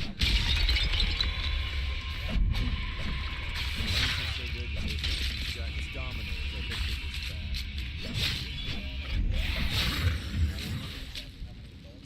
Okay. There's a whole bunch of kids there, and we go to the food because I'm Wow, Torta, big Hispanic female. Torta alert. Whoa. Okay. "Come over here, this is my pizza," and she's like, "Yeah, this is my pizza," and she got really snappy whenever I gave it to her. Is there any doubt? Torta the Hut. No doubt whatsoever. She doesn't know this guy. She had a pizza, then you come back up here. What does she do? I drive away. I deliver the pizza and I go on because I had 2 other deliveries. What did she have on? She had a white shirt, I believe it's short shorts. And I hear One of them big old women down in San Antonio. And when you pulled up, she was sitting outside on that. a whole bunch of kids and a whole bunch of other people You said kids. Yeah, I mean, he could have just ran. He was a skinny kid. He could have gotten away. Year-olds, 15-year-olds. 5 to 10 Okay. young kids. Was she sitting on the green electric box out there? I don't think she was sitting. Open to Fred's fish fry? It No. was open and she was sitting on the stairs. She ever threatened you at all? Not really. Well, together. I have not, Doug. You have not seen that. It's your hometown official? Where is this? Coffee can patrol, by the way. I just watched a 32-minute video about a stolen pizza. I need to reconsider my life choices. I think we all are right now, boys. Whenever I was up close with talking, they were still sitting there talking with a very aggravated What is her name? You want us to arrest her if we can? I would leave that up to him, honestly. Well, technically you're the victim. Medina, Ohio. We're getting a lot of Ohio. Ohio and Georgia. The kids got taken out of their parents for the fact they were all sitting there drunk, intoxicated, yelling and causing problems with having a bunch of little kids. I don't necessarily want you to get arrested over $20 pizza, but I don't really. Okay. Okay. Do you want to write a statement? Yeah, I can write a statement. Okay. All right. You can do what you need to do. I'm gonna get a form here. I just asked him. Okay. Let's get to the women. Officer Chad over here. He's ready to bust some fat heads.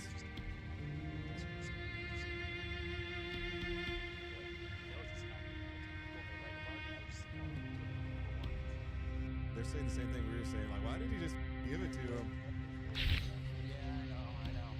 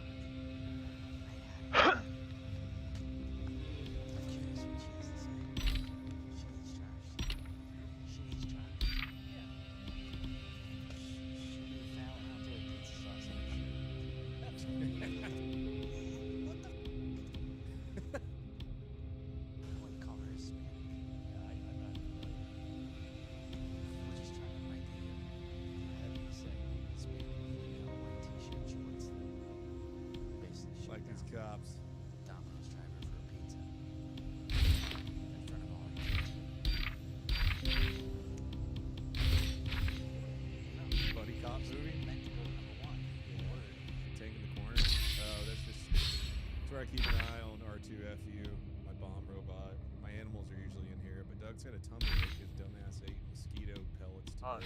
Or little mosquito water donut thingies. And Beans. I don't know where Beans is. Jeeves is right here, though. This black ass is chilling in the corner. This is your holiday reminder that shoes are a gift, literally. And we're not just doing that because we're DSW. This year, unwrap confidence. Unwrap something awesome. Like a new adventure. Unwrap an excuse to stay in. Or a reason to call the babysitter. Unwrap joy. Because shoes aren't just shoes. They're exactly what you wanted. So unwrap something good. Shoes that get you and everyone on your list At prices that get your budget. DSW, let us surprise you. I almost dashed my drink.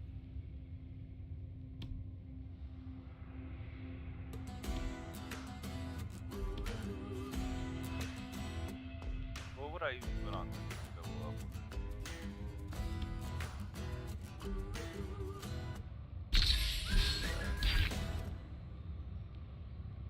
This thing. Dragon Heart. Oh yeah, I haven't seen any of these.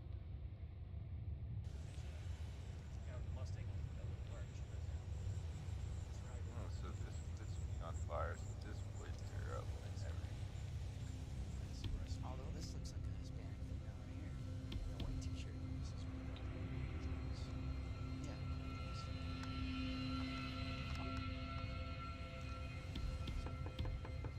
Right? She looks like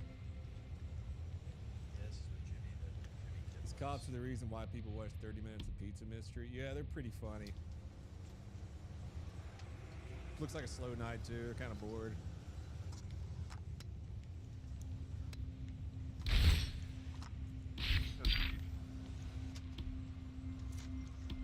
Hi, how are you?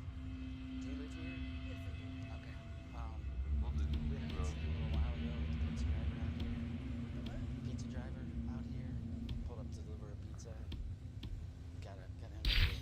On Section 8 for a pizza feed, that's exactly what's happening right now. 100% Section 8.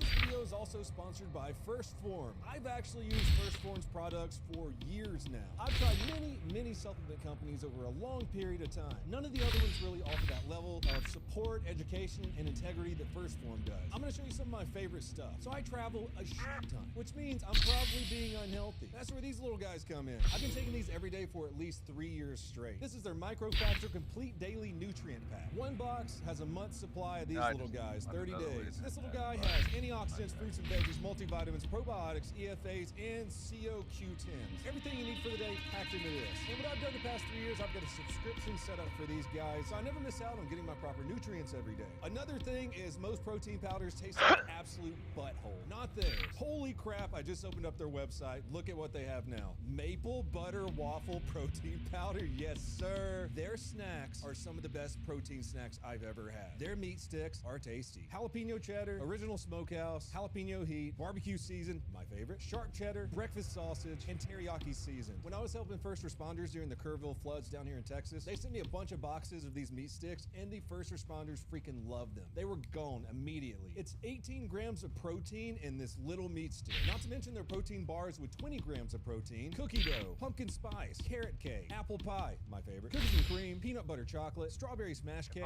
birthday cake, peanut butter and jelly, s'mores, chocolate crunch, salted caramel, chocolate pretzel, and peanut butter lover. First Form sells supplements too. Their creatine is awesome. It's some of the best I've ever had. I don't even eat veggies, so their OptiGreens help supplement that. Their Formula 1 post-workout recovery protein with a million different delicious flavors, and their level 1 high-quality protein powder, also with tons of amazing flavors. Free shipping on orders over $100. Try them for 30 days. If you don't like it, they'll refund 100% of your money. Just go to firstform.com/donut. That's firstform.com/donut. Did you see that happen? Were you out here when it happened? It's not. Oh. A pizza, where was it delivered to? To this building, but it was supposed to go to one apartment, going to another apartment because they shook down the pizza driver. But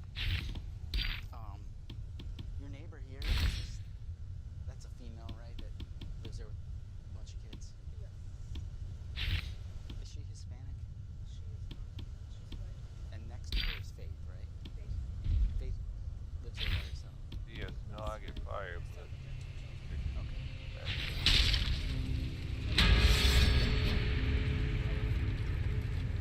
okay. This will make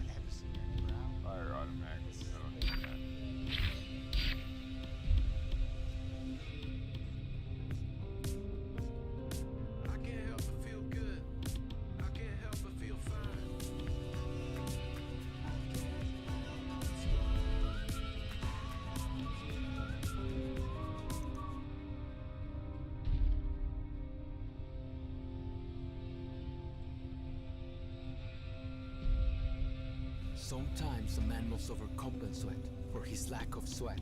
Old Spice. Alright. Here's where the crime took place. Police. Hi, how are you? Good. What happened earlier, a little while ago out here? Nothing with the pizza guy? Pizza guy? Who was it? Look at the door. There's already flashlight marks from the police on the door. I feel like they have to go to their place quite a bit. Okay, what happened? Also, 1,000% her.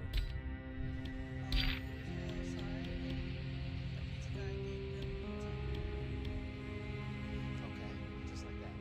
Yeah, he did. Just gave them pizza. Were they yelling at him and saying, "Give us the pizza"? It was all outside, and everyone was just saying, "We ordered pizza, we ordered pizza." Okay. And that was it. And the guy just gave them the pizza and he left.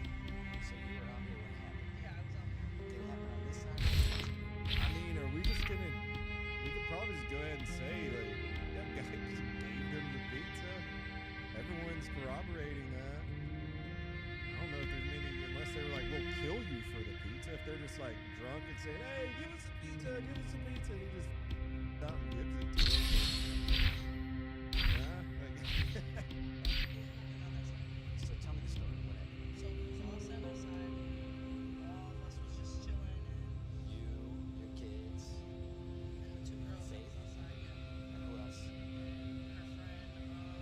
I don't know the girl's name. Female. 100% she ate the pizza. A heavyset girl. Okay, go ahead. The story. And we was all just sitting outside, and they was all screaming, saying, "That was our pizza. That was our pizza."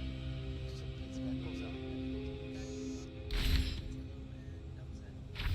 I mean, did he look like he just handed it to them and just left? Because they were yelling at him? Give her a breathalyzer. I thought he had to because See if she's got pizza on her breath. I'm not sure. How many calories she's rocking He today. just handed it to them and just left. Okay. And so who did he hand it to? He handed it to the other girl. Is she related to Faith? I don't think so. They're just friends. Is she still there? They all left. What's the charge? Her boyfriend. Getting a succulent Domino's pizza. The girls left. I don't know where they went. When the Alright, so this is a witness, is what I'm guessing, what I'm getting from here. I don't know. She just screamed at the pizza guy and told the pizza guy that was ours. Oh no, okay, it did happen here. Alright, we got a crime scene. You knew it wasn't. Johnson, get in here, there's salt everywhere. You guys just shook down the pizza guy. I didn't do it. I didn't ate it. So, she did it, not me. But you ate the pizza. The pizza guy gave it to him. I don't know. What are you gonna charge him with? Do you know her name? Does she live in the diner? I'm not sure. Is she related to you? She was just chilling. Alright. Did they threaten him for the pizza? That's all I know. Where'd they go? I have no idea. And they left in which car? No, they walked. I think you're lying now. I'm not lying. They walked. Why? Where would they go? I have no idea. They have 1 in the morning with kids. Lies, they waddled.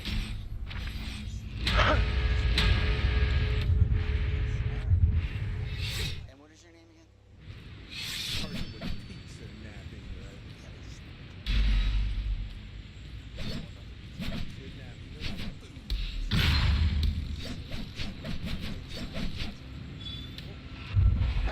Evidence? I mean, if it's evidence. Alright, I flashed up there, but I didn't see anything. Alright, we'll stand by. Oh, God. The portal answers not to me, but to the balance of this realm. You must wait.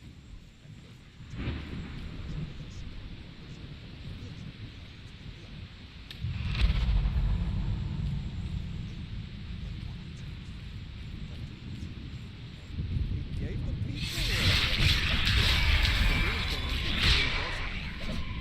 Works there. Arrest him.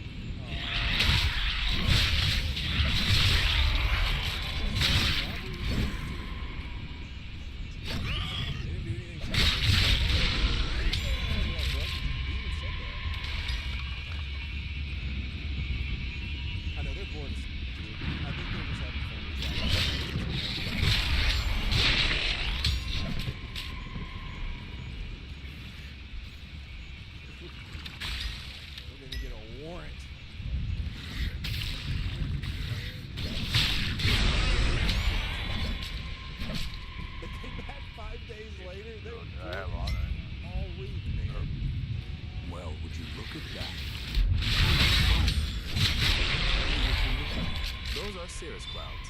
They often appear before a change in the weather.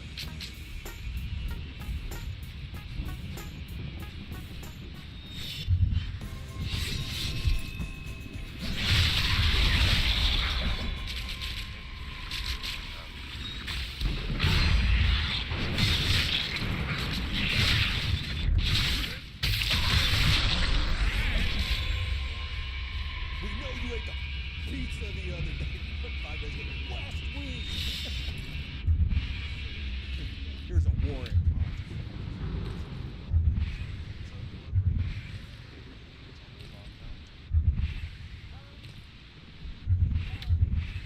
I know, rough, dude.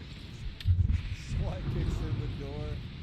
We don't need it.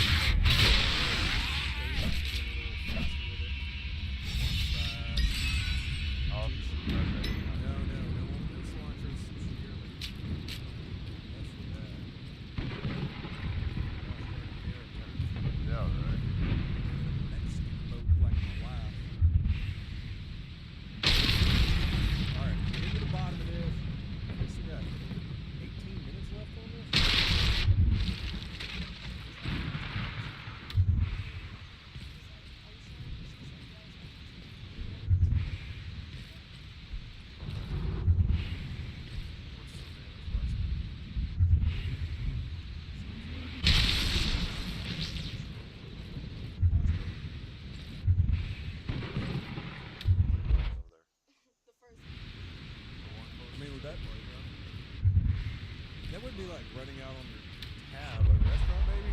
Like depth of services?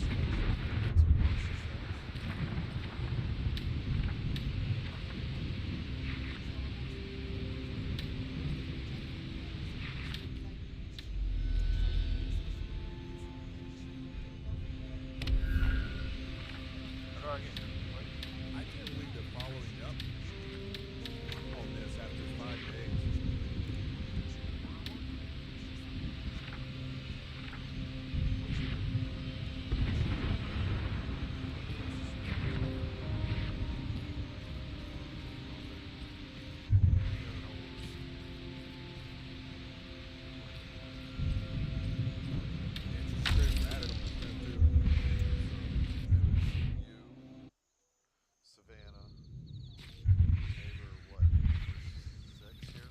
Driver should have taken the L and paid for it.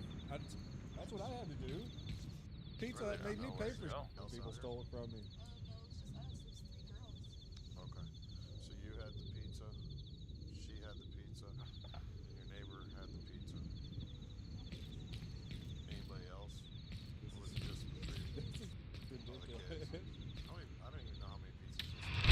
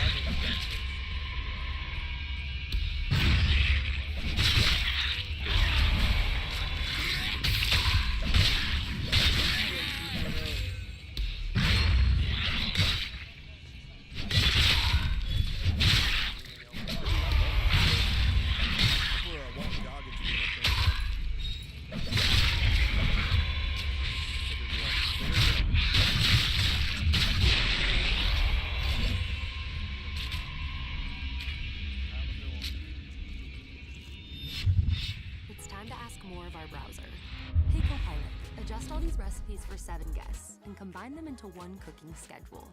Also, I'm out of milk. Here's a cooking schedule scaled for 7 guests and also milk-free. Freedom.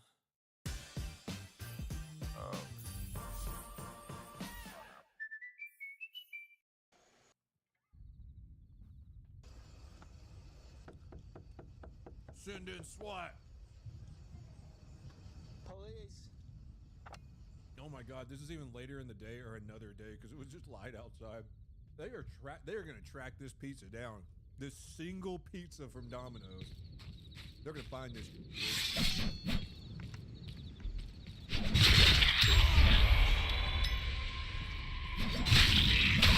Sniper. Demo guy. Aircraft.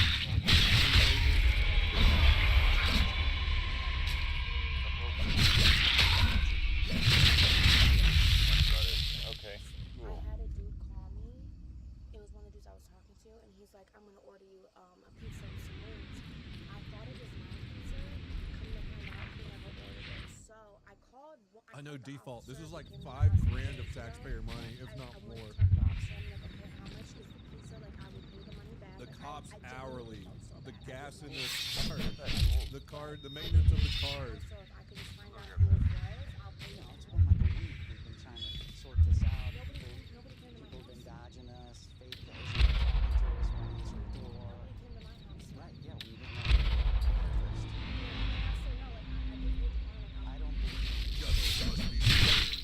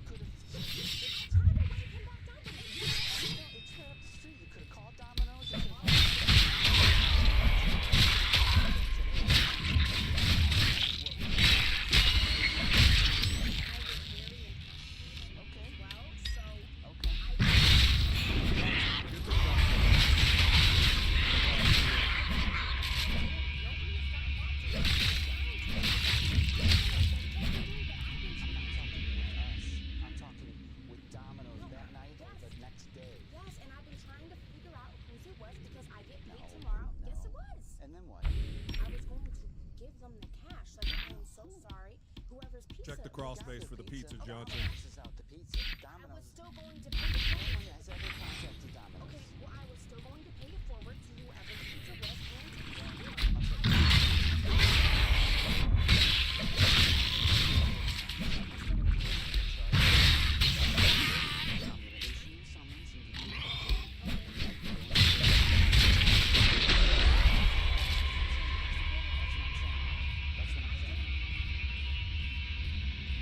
Did you Brandeis head first? Hey, Meta! What's my descent? You've descended 262 feet.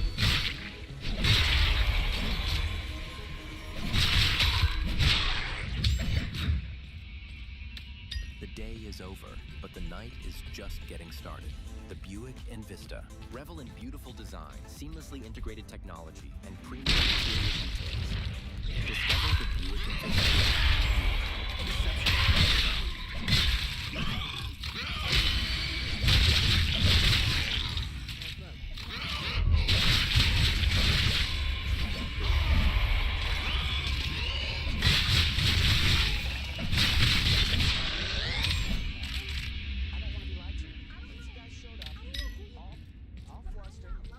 All flustered, and you guys shook down the pizza guy for a pizza, and that's what happened. Officer Weinbrenner. Brenner. Okay, I don't want to call you Sally. Okay, Mr. Brenner.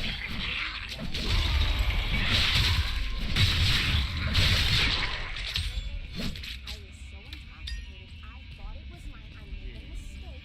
I've been I trying. don't believe that you thought it was yours. There was no other delivery scheduled for out here Bring to back talk to Officer Domino's. Chad. There was no effort. Yeah, bring back Officer John C. Jawline.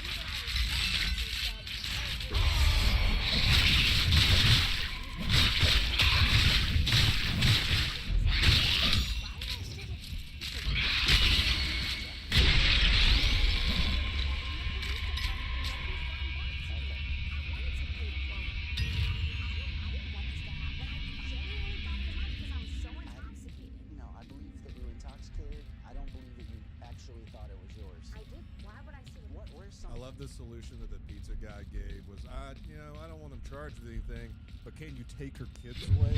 Damn, dude.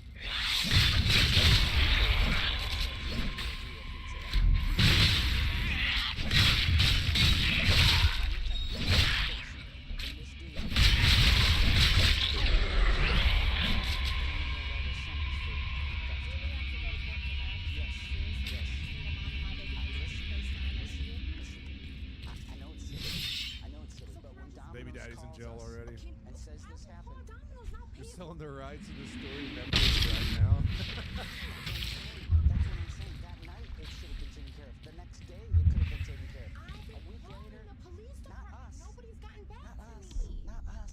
Domino's. Okay. They're the victim. And okay, how They're about the this? victim. Instead of I can't. That would be what's up, bro? hilarious, though. To do Yo, like a how you doing? Doing alright, man. Trying to play? Yeah, I'm done. I tried to poke at you on the call, but I got freed up and figured I'd just see if you were around. No, you're good. A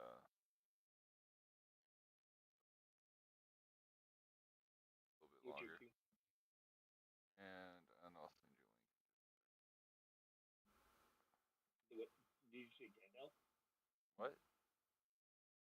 Hey, my headphones are being buggy. It sounded like you said Gandalf, but I just couldn't hear what you said.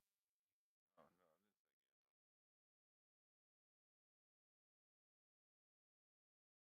Okay, my headphones are actually being buggy. I don't know what's going on. Can't really hear you. Or it's probably my set. Oh no, well, I can One hear you second. just there. Anyway, One second, I'll do you fix mean it. you got it? No worries.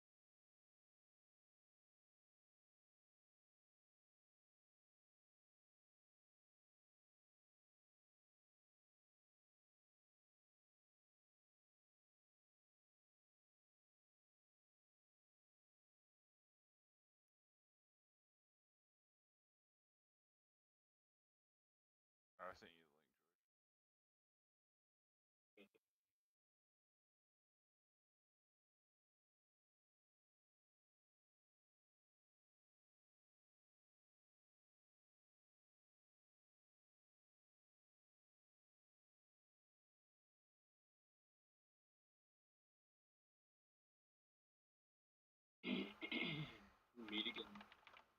For the last time. Oh, damn.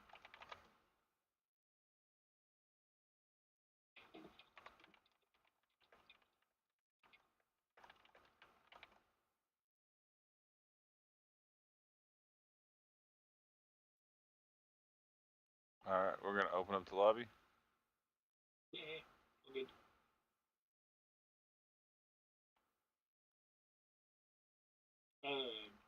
Another buddy of mine is on Discord right now. I don't know if you with him, but if he promised to be nice, do you mind if I invite him? Oh, you know what? Actually, the room's really gonna fill before the next.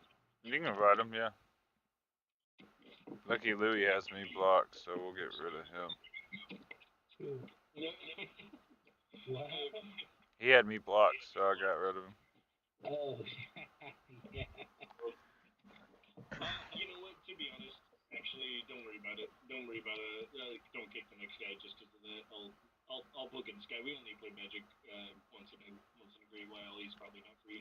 Oh, was it Lucky Louie? No. It's somebody you don't know. Okay. You never know. I might have played with him on here before.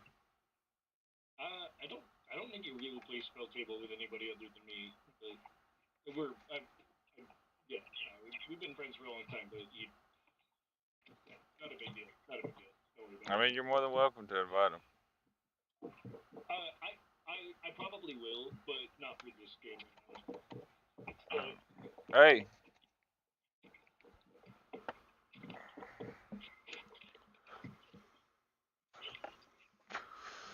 How y'all doing tonight?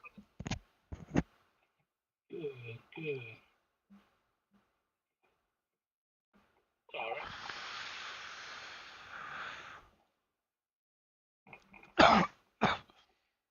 That's a classic Commander where you make a deal with someone and they immediately break the deal kind of game. So a little stung by that. But that sucks. Yeah, that does suck.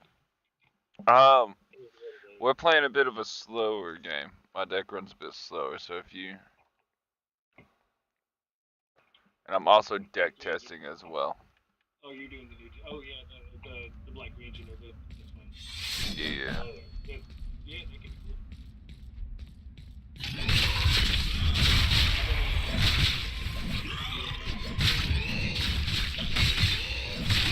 it. Like, not winning on turn 6.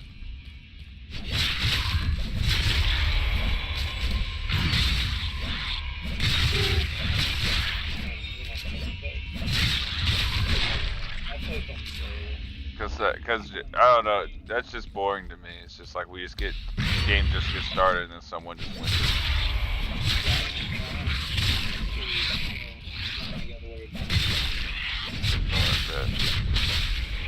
Basically what this is.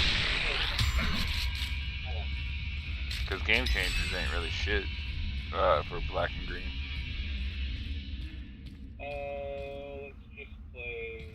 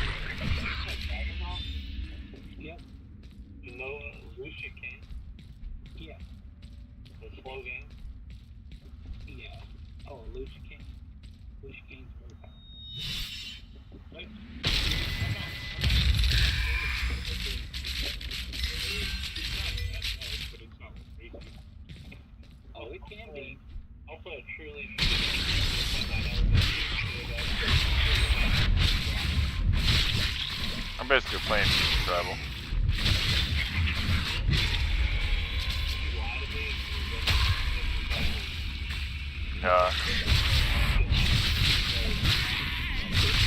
The only times I've won with this game were past turn 6.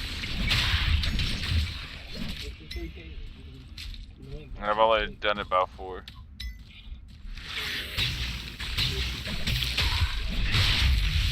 Oh.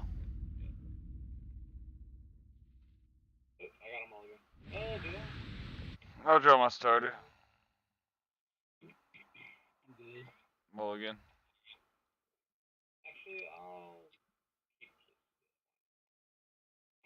keep Mulligan. this turn order. Yeah. I am echoing hard in someone's mic. Okay. I'll keep 6.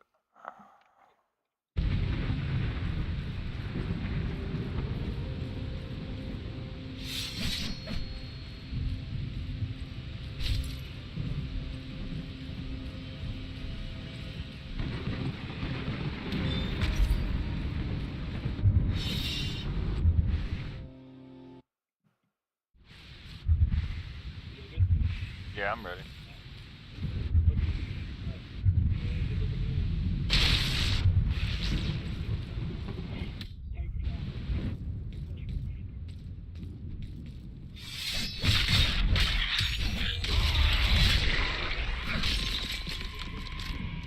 Tater, are you there?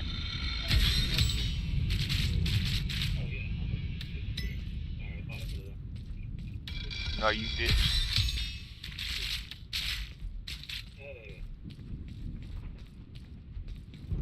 That's interesting. A lot of they call you Tater Salad.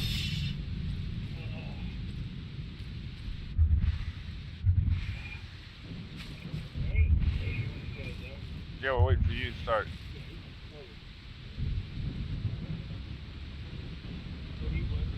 Oh, it's not me now?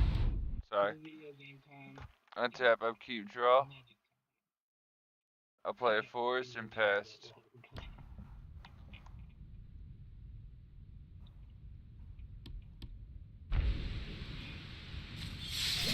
Yeah, I said pass. You were just talking over me. I did. Oh, no, it didn't work. Go through. You can hit space as well.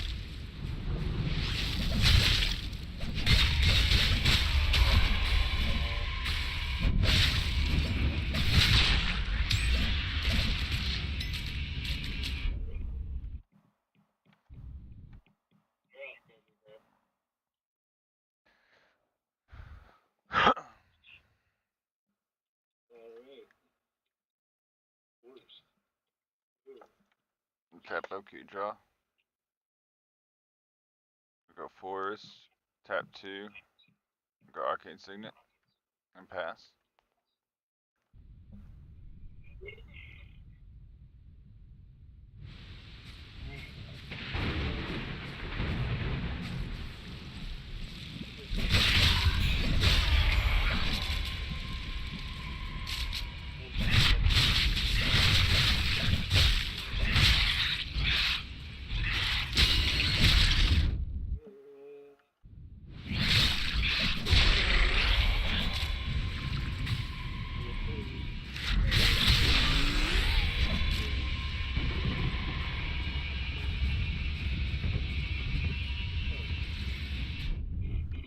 X is 2 comes in the 2+1/+1 counters. It is, unless it's in the graveyard, it's just a 3/3 buddy.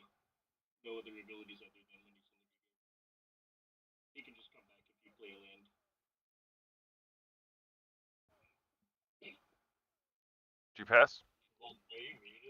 Untap, upkeep, draw. Go ahead. Tap. Can see your hand.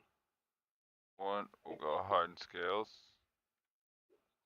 Oh yeah, we can't see your hand blank. How? Oh shit. Why is that like that? That's interesting. I mean, we can't. They're very small, but we can see them. I don't know. It's not showing our screens like it normally does. Yeah, I know. It was though, right when I joined the room. Just put your video game tab over it. Why is this not pulling up?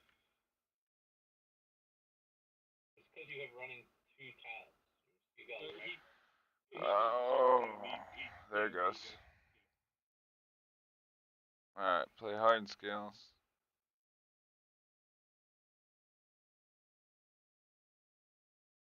And tap 2 to foretell and pass. On tap.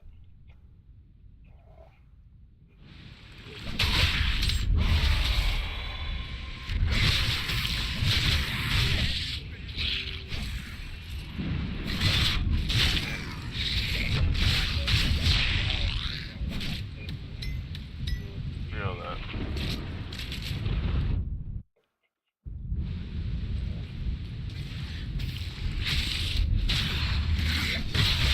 Your turn, but your turn. I didn't hear him say anything.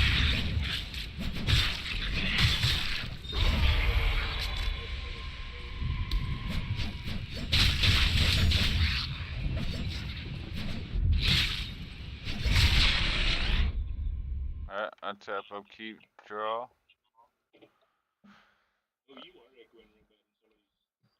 Yeah, it's the dude below me. I really don't have any fucking mana. That's crazy. I'll tap 3 and go Garrick's up, present. I think it's just reloading. Hopefully. Oh no, it was annoying. He kept tapping on his fucking shit as well, and it is echoing hard as fuck. Hey, there it is. But I was trying to pick the did it? You might have to turn us down on your whatever your producing our sound. No, he's good now. I think whatever you did probably did fix it. Okay. Yeah, I don't hear him as well now. Yeah. Alright. Yeah, that's your thing.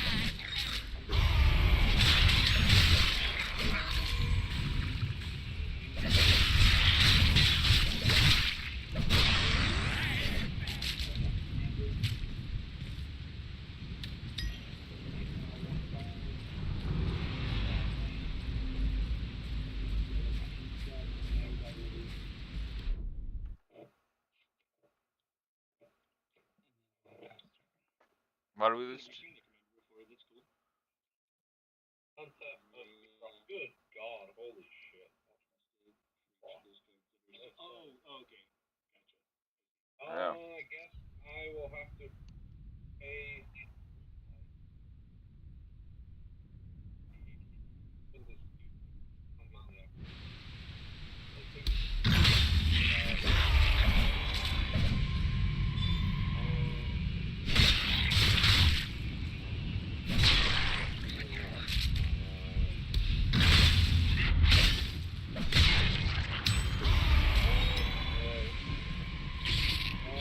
I feel that.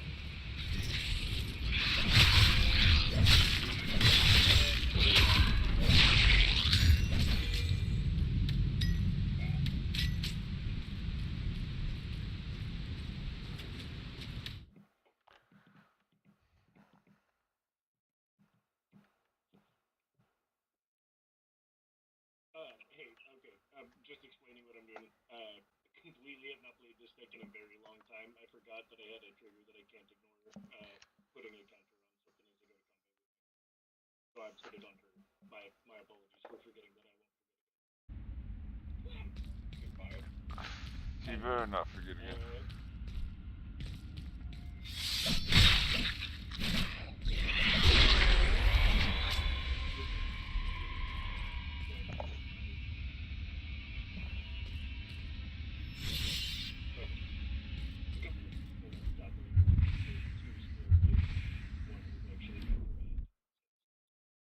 This is your turn 6.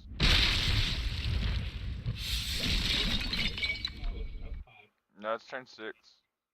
I'm literally on turn 5. I have a counter on Moxfield. It tells me what turn it is. Alright, well, I'm telling you this is your turn 6.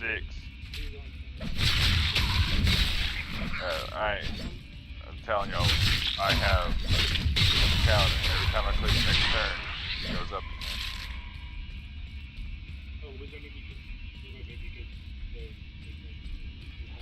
No, it's on Moxfield.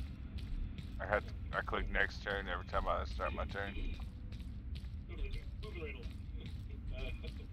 Except for the first turn, because that's the first turn. And it has turn 1 already up there.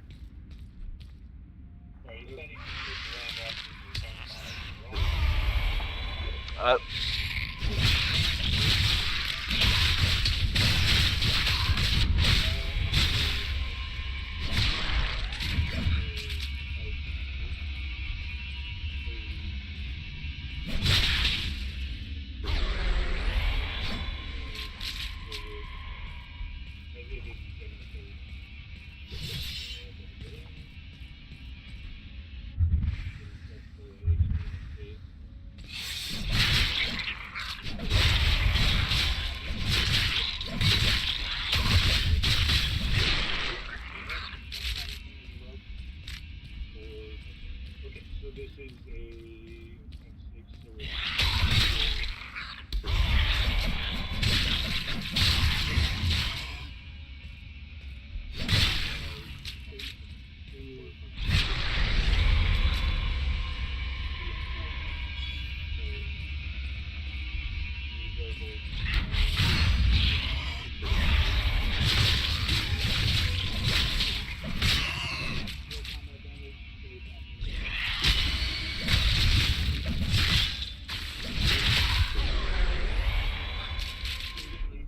Untap, upkeep, very much. draw. I haven't played in a long time. Oh, and then again on combat as I'm passing, because I'm not attacking it, I'm putting the counter on. Have you? Is it a precon? I'm gonna tap 4. Does anyone else need lands? Because I'm gonna temp with Discovery. Yeah, it's a pretty powerful deck. You'll like it. No, I do like it. I got it when it came out. I just haven't played it for like probably a few months or so. It's just been a long time. Is anyone grabbing any lands? Temp with Discovery on the stack. So each opponent may search the library for a land and put it on the battlefield. Each opponent who does one gets to put another land on the battlefield. So I'll give you another land. I usually say no, but I'm saying yes this time. I'm just getting the other, the not triumph. So that's 2. Tater, are you grabbing one? I feel like I don't have a choice. Everyone else just immediately took over priority there. No. Oh shit. Oh yeah, I guess you're right. I apologize. Yeah. No, you're right. I mean, I'm gonna be honest. I only run swamps and forest and Command's Tower and Rogue's Passage in this. Doesn't matter. Okay. I don't know why I'm being dick, but I heard. I was just trying to tell you. Close and shuffle. We fucked up priority on that one. You're right. I wasn't even thinking about it. I kind of feel like when that card gets cast, but you're not wrong. Go ahead. Doesn't really matter. Let's have 4. 4 land. I'm gonna go Ouroboros. I know I've missed a whole 3 land drops. I'm so fucking terrifying with 4 extra lands.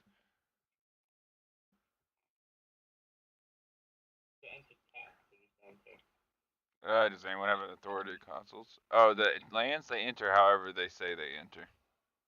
So. Mine will enter on top. Makes sense.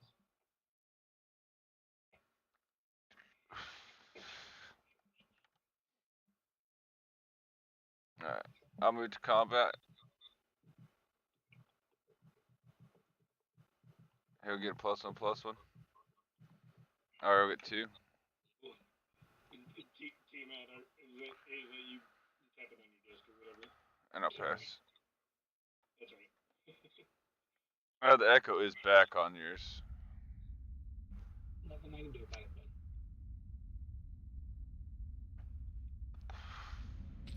Oh, you do that. Okay. I did put chill bots, right?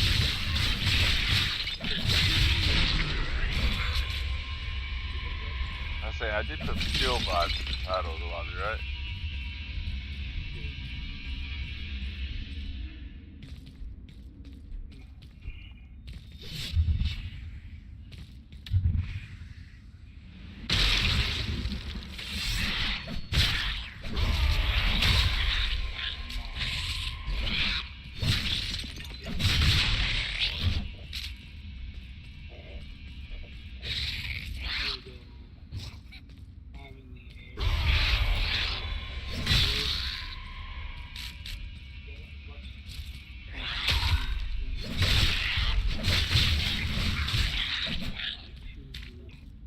I like to call him Greg.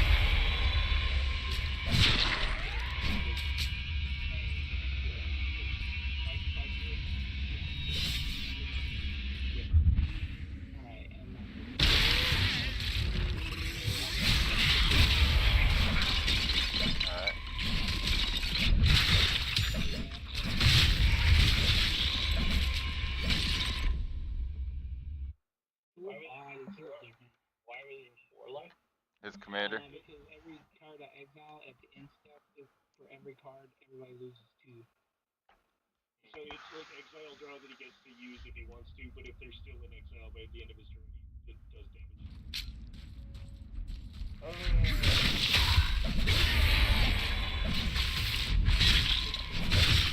I've seen one of these decks before. I'm guessing you have a whole bunch of damage double and triple. That's how they had it built. They just fucking flooded the field with those.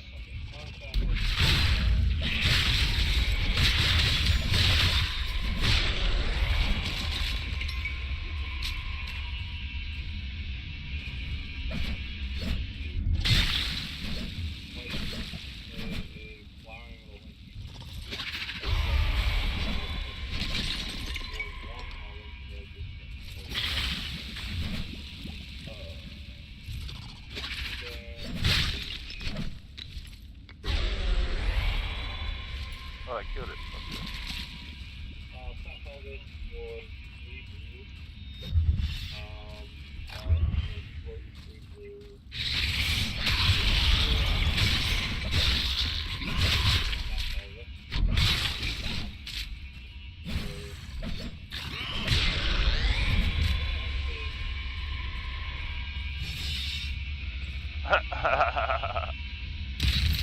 Just switch to this rock. Yeah, 3 blue. Not sure that's on top of trapper gun for 3 green.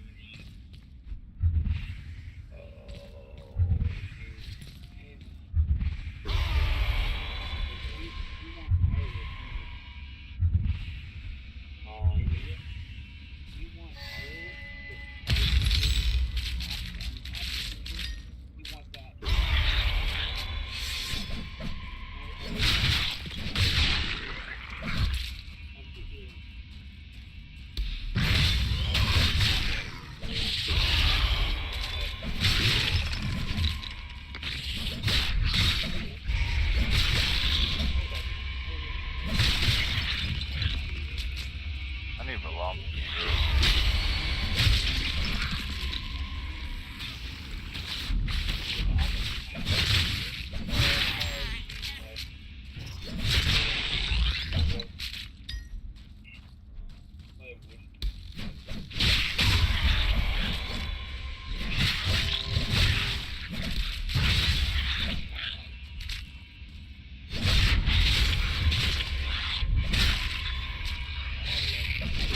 Yeah, I know, it's scary.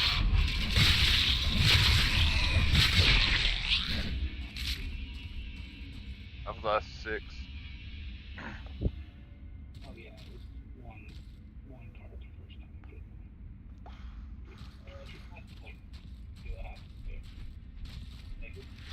I ain't got shit.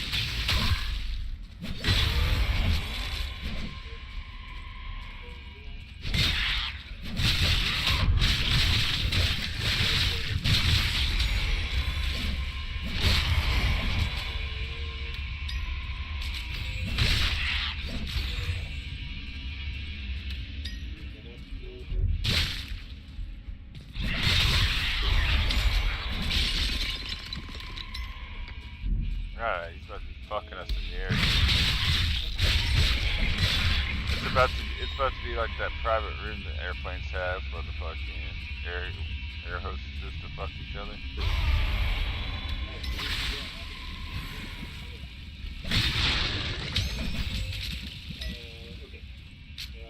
Cause he's gonna be fucking us in the air if you get what I'm saying.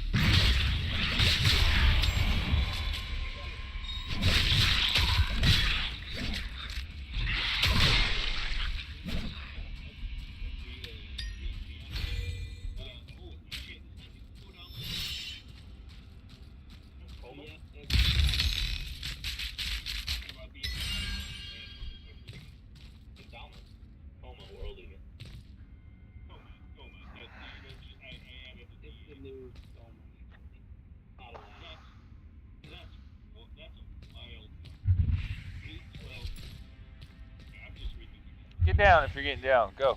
Go on, get down. Holy shit. Go. I can't do anything to block it, attack and attack. Oh, and it also has which actually has 5. Ward 5 is the... Well, Ward 4 and Ward 1 down to 14. Cool. Yeah, I'm worried about my fucking dragon.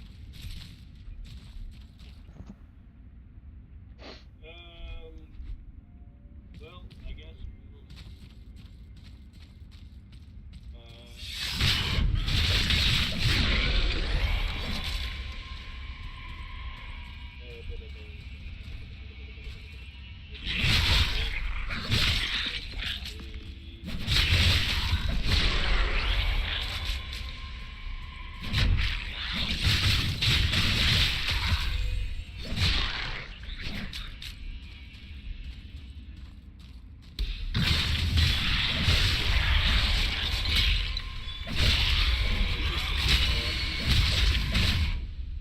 Untap, upkeep, draw.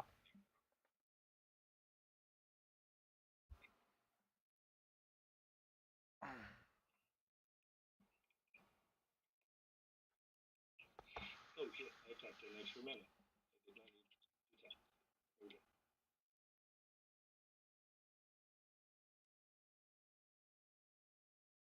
Alright. Tap 1 green, 1 black, another green, 1 other. And we will go Genova. We'll then tap 2 greens and 1 other and go Yuna's Whistle. I reveal cards from the top of my library until I reveal a creature card. Put that card into my hand and the rest on the bottom. Whenever I reveal a creature card this way, put X +1/+1s on target creature where X is the mana value of that card. Oh shit. That's really good. We'll go 3. And it'll be 4 because of my Yuna's Whistle. So we'll put 4 onto Genova.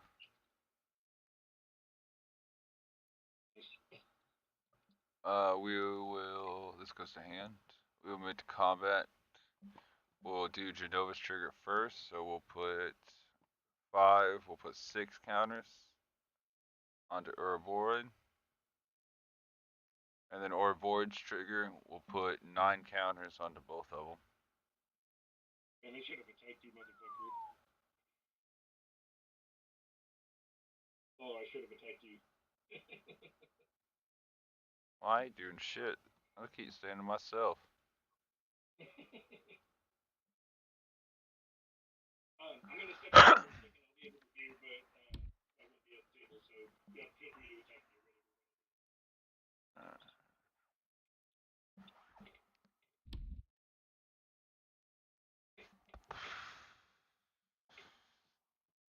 I'm gonna swing 14, 18. Genova. Down at Tiamat. Oh no, it did just come in this turn, didn't it? Sorry.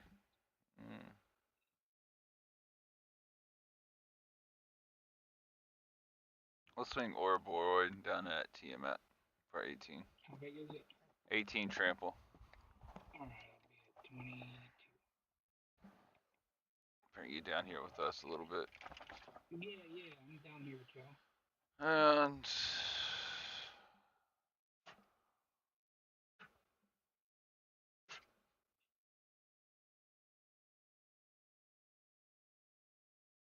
we'll pass turn. Alright, untap. Draw. Play turn.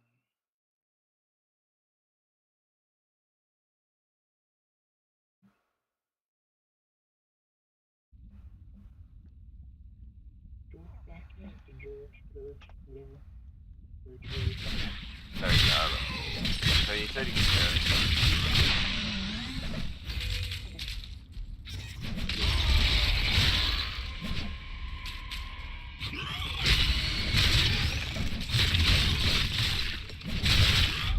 How about this? I'll make a deal with you. Okay.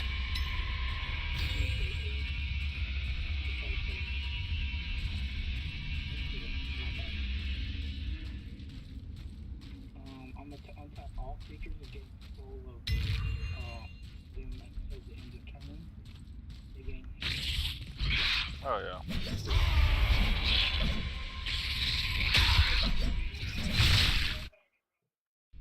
I mean, turn 7.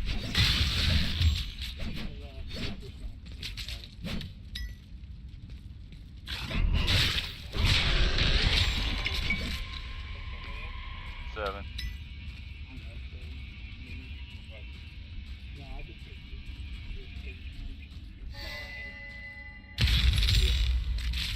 Like I said, I got a counter up here.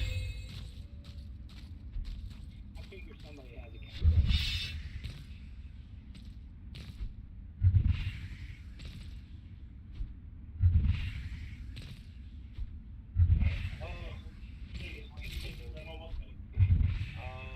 So I have priorities. You're taking priorities. You're gonna gain control of enough land from like the board. Yeah. He's gonna gain. He's gonna kill us all.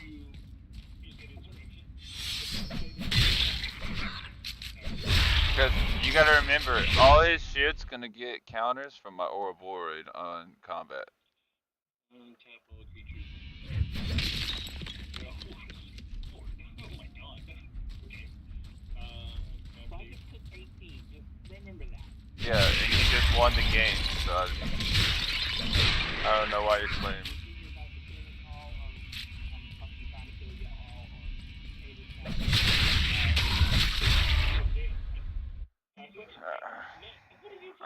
Yeah, I don't see anyone else going to kill anyone else right now. I kill one person next turn, but that's it. No, you're gonna get it. Yeah, alright, I'll respond, I suppose. I'll pay. Well, you'd have to respond first, anyways. Yeah. He's responding first. Yeah, I'm just trying to glean, playing with politics, trying to see if Garage has counter stuff. I'll have to reality shift the Ouroboros then. The Ouroboros? That's understandable.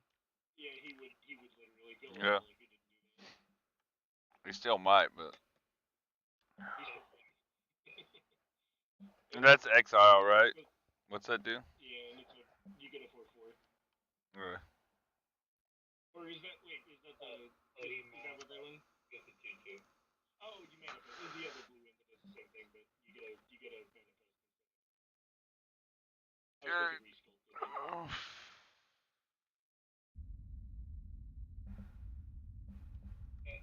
Garrett, do you have any interaction at all? No, I don't. I feel like that should be on Game Changers, honestly. No, I have nothing. I mean, it's 8 mana, but... I mean, Cyclonic Rift is 7. So. Yeah, you're not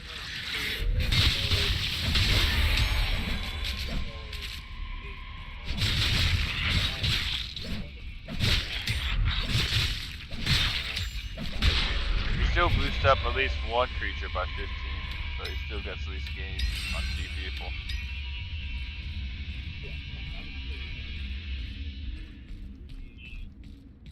I like how you said turn 6, so you waited until turn 7. I know, yeah. There's always one that comes in with something like this. Yeah? You ran 1 on turn 7. You definitely win on turn 7. Alright. Congrats, you're right on the border of right. I'm saying it's 2 decks. Congrats, you came in and beat slow decks. Anybody's deck can pop off. I mean, it just seems like he had a pretty strong start. I mean, he's not even the craziest. No. I'm on your side. I'm on your side, I promise. I literally got 2 creatures on the board. Yeah, so you're good. In terms of deck building intent, you're winning on turn 7 with only 2 creatures on board. I would not call that bracket 2. I don't even know he's winning. We haven't even gotten to the end of his turn. Well, he's gonna swing out at all of us, and none of us have any defenders, so. Yeah, I do. I know all about it. I've been studying the fuck out of it. I know what's up. Just to be right on the edge, though. Yeah. What's wrong with being on the edge? Alright, that's all I needed to know. I'm gonna be myself a favor here. Well, I'm not gonna build a bracket to win on bracket on turn 10. Alright. You know what I mean? I'm just playing, the game. See, man, for real. I mean, it's not a strong game that you played, but I also don't feel like the beef is necessary here. But that's okay. No, it's all good. I'm not worried about what he's feeling. He's getting in his feelings. I can understand it. Well, GG's, yo. GG's. So, you know, I would be stealing everybody's creatures. One guy playing I would video exile games, that one many guy cards. being an asshole, and one guy was just. I would do 4 damage to somebody, 3 damage to somebody, 3 damage to somebody. Wait, what? What are you talking shit about me? Yeah, that's what I thought. What I'm saying is Yeah, I think he was talking about the other guy. You're good. I'm just talking about the other guy. No, at the end there, he talked shit about all of us. He said something about all of us. Who talks shit about all of us? That's you. But Really? Why? so you basically win, right? Anyway, I mean. Well, now you do. I mean, basically, I mean, honestly, I really wasn't trying to kill anybody, but I realized. To be honest, your life total, our life totals collectively, you were gonna knock one for sure out. No, he's knocking 2 out because at the beginning of his upkeep, Genova double or gives 15 counters to something else. He gives it to one of his fucking flyers in this game. Yeah, I mean, I didn't even know that card did that. You know what I mean? I was just taking everybody's creatures because that was my next best play. So okay, I know this ended in a burning wreckage of an actual 4-player plot game, but you know, that was just a good card to draw. It's an 8-mana spell. It is what it is. Exactly.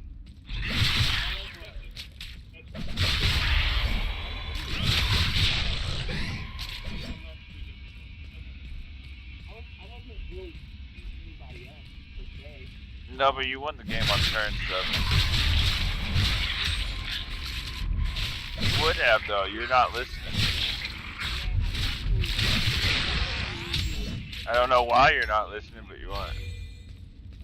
Considering how many 4 or more creatures I have on the board, I would have exiled that many cards. So how many creatures you guys that are powerful? No matter how much anyone had at the end of that turn, they were taking like 8 damage.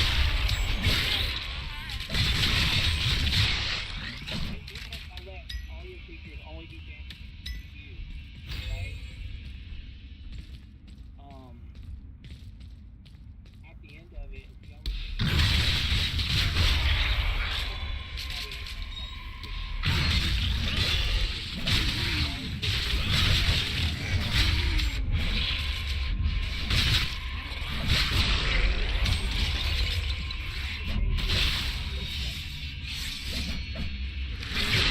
What's up, man? It's going good.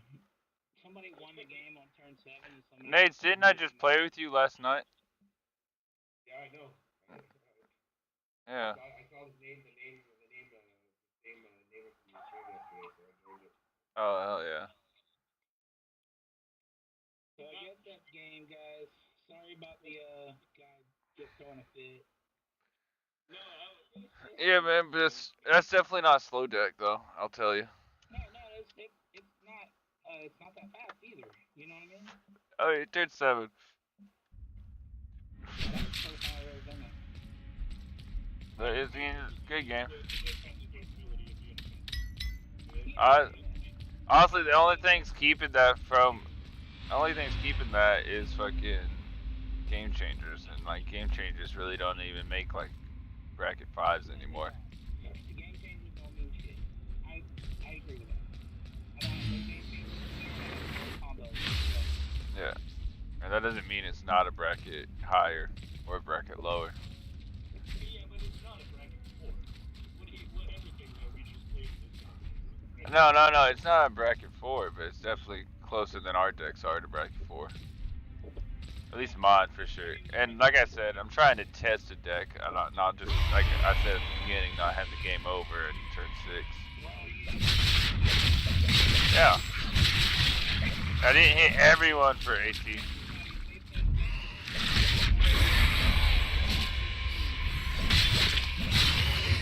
You were gonna, how much did you have? You had 5 and 7, you were gonna come back at 13. I don't understand what you mean. But alright. I feel like that was an okay game of Magic. I really do too, honestly. Except for the guy that left. That was right. I'm willing to play another one, and I'll pull a 3 deck out. I'm gonna switch to it. I just don't know what yet. How you doing today, Nate?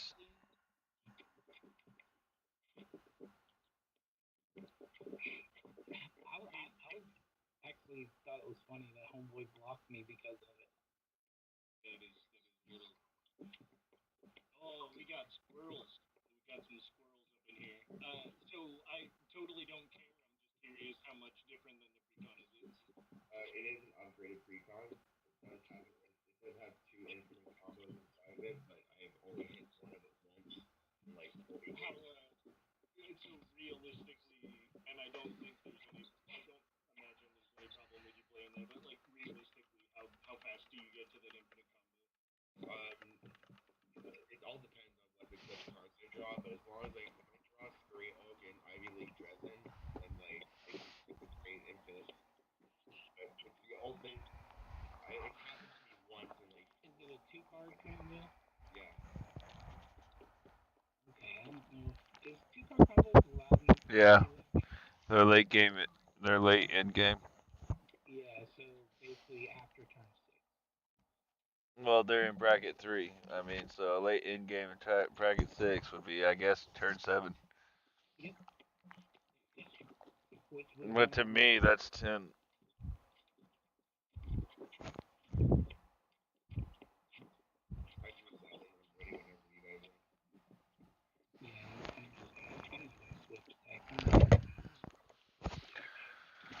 Or that.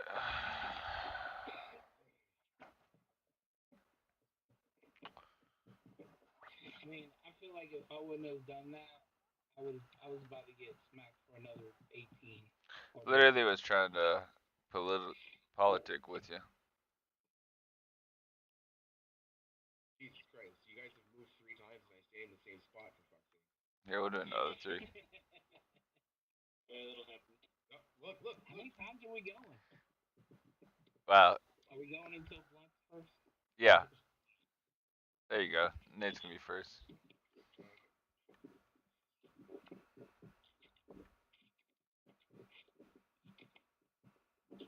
Not first, you last. Not first, you last, Bobby. Nate, did I add you on Discord? I don't remember how our game ended last night.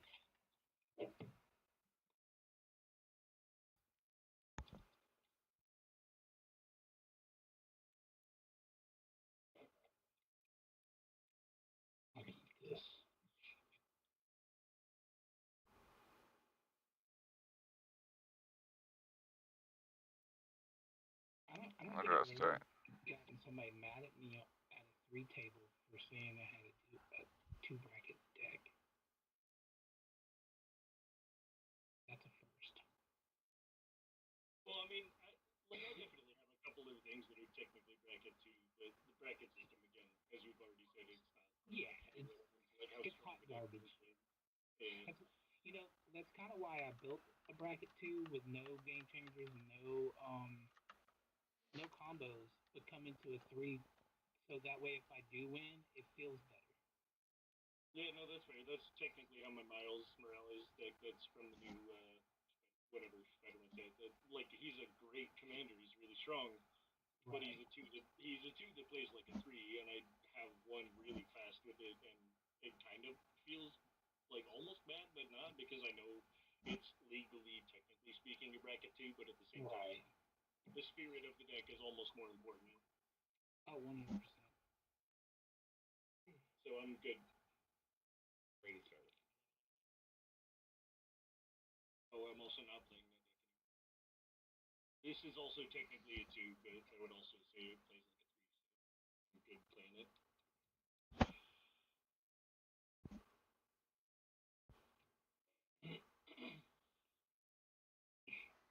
You can change your power. Got it. Gain 6 life, loner. Alright.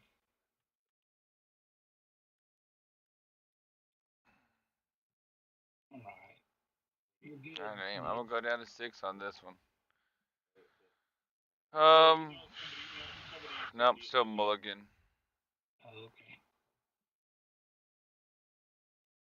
God damn, I guess we'll keep this. Fucking Christ.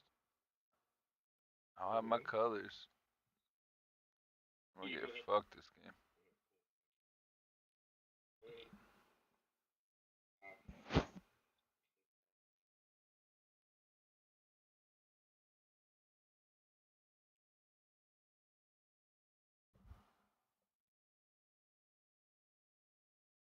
Oh shit, I'm cheating. Land pass. Let's have upkeep draw. Play land pass. Draw.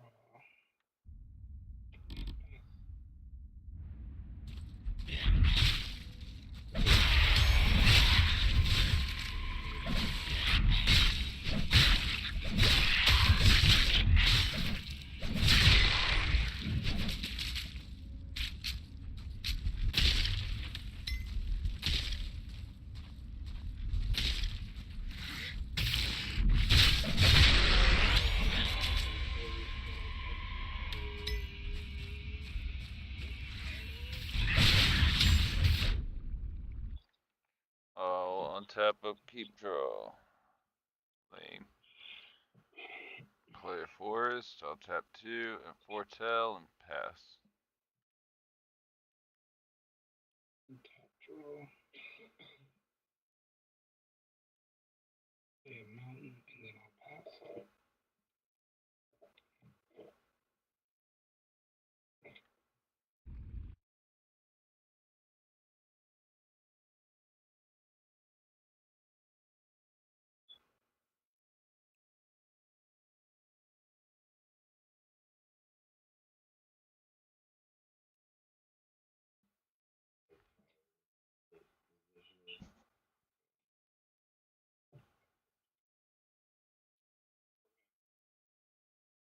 Oh shit, no there's land.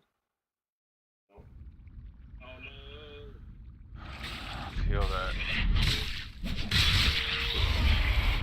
Color fucked up. Why is she?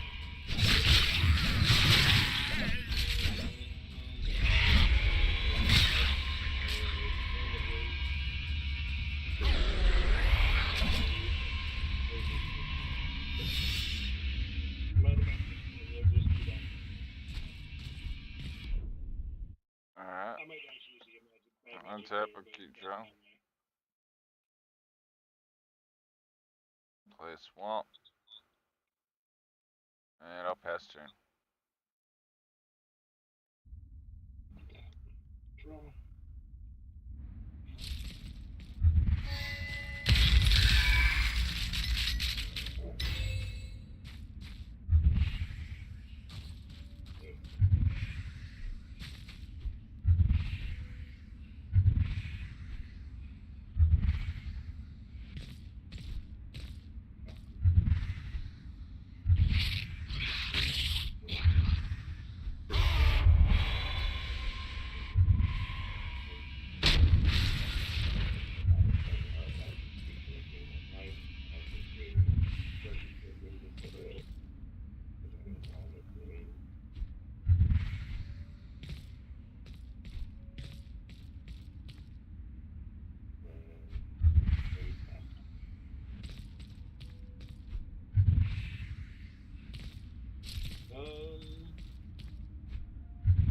I think as you're passing through, I think I'm gonna scroll rat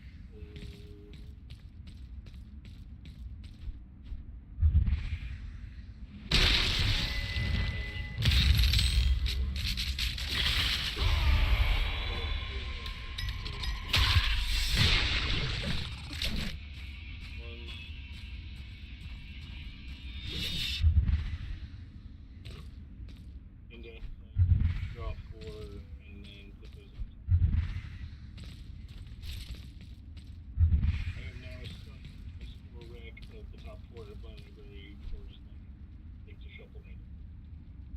And I will untap and draw. What is my fucking goal here?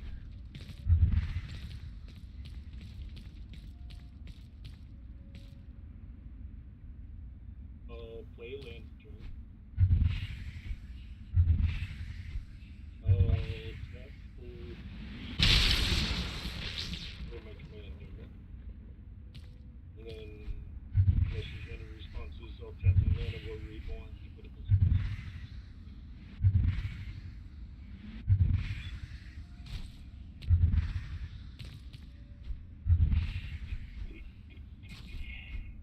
pass your turn? Untap up Q draw. Play Rogue's Passage.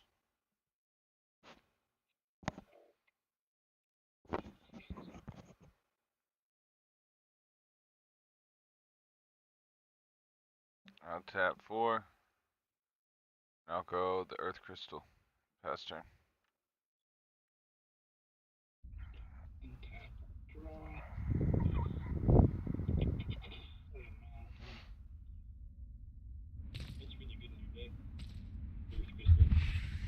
The mountain? Oh, well, yeah, that's why it's in here.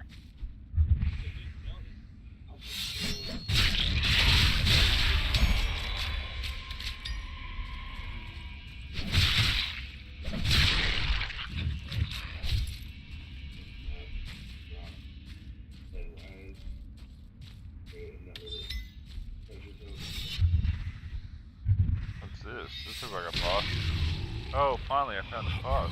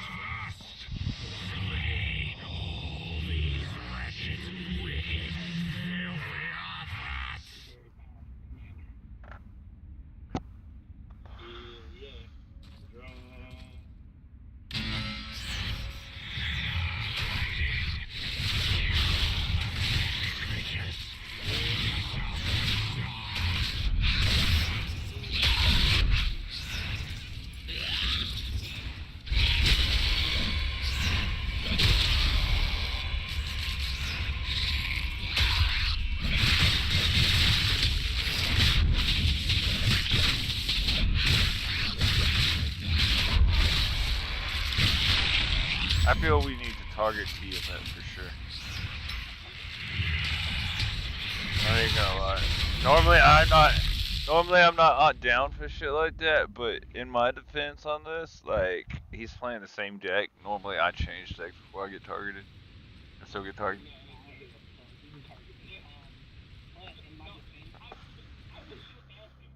That card that I played on turn 7, you wouldn't have done anything if y'all didn't have a bunch of big ass.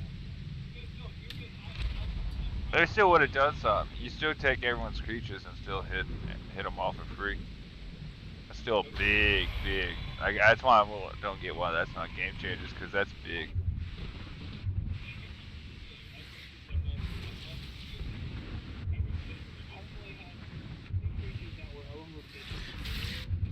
There are 15 exactly.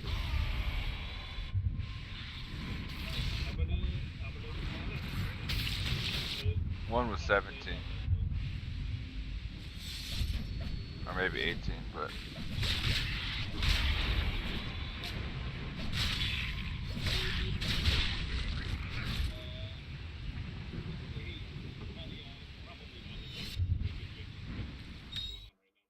What is your board looking like right now?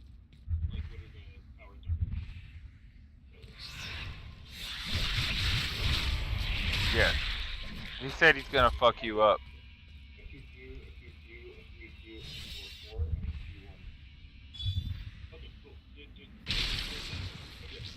Yeah, he said he's gonna fuck you up. He said, I'm gonna fuck nades up, watch this. And I said, I don't know if you should do that.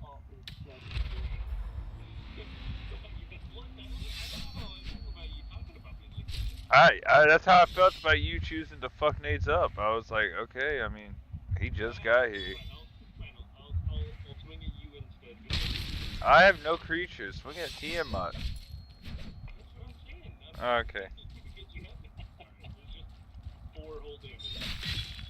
Yeah, it's a Tiamat, right?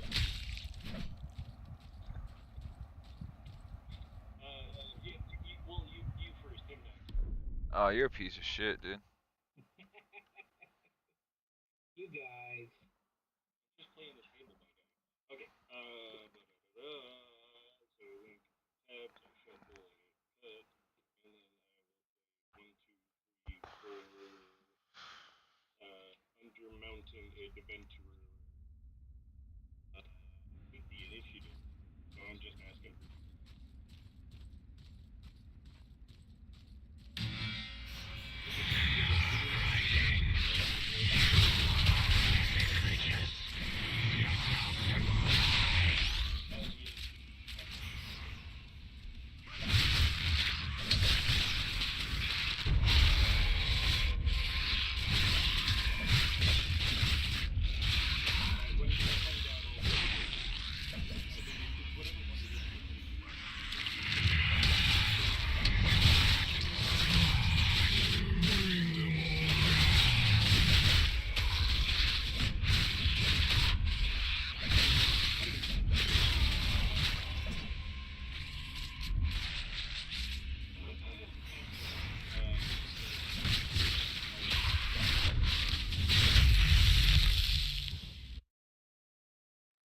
Untap up cute draw. Play a forest.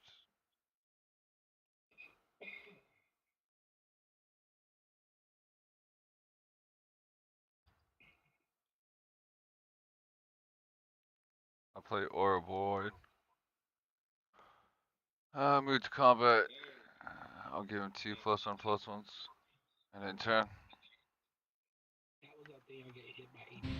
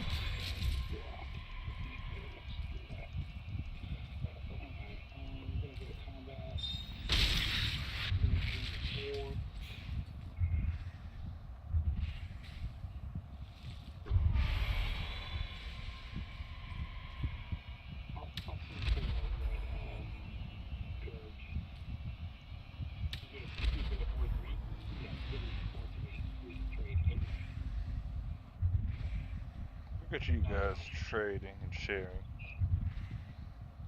Nah, hell no. I'm not trading shit. Alright, at the beginning of your pre-combat main phase, add 1 unit for each 1 life.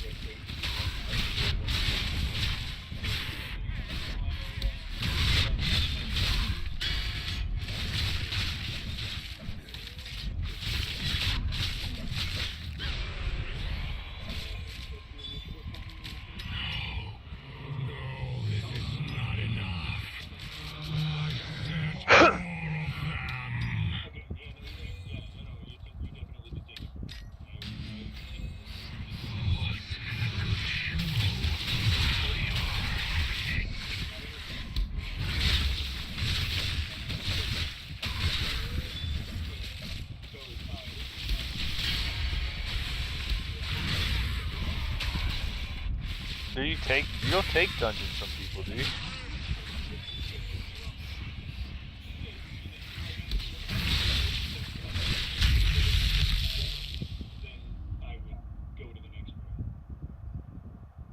It's interesting. Never seen that before.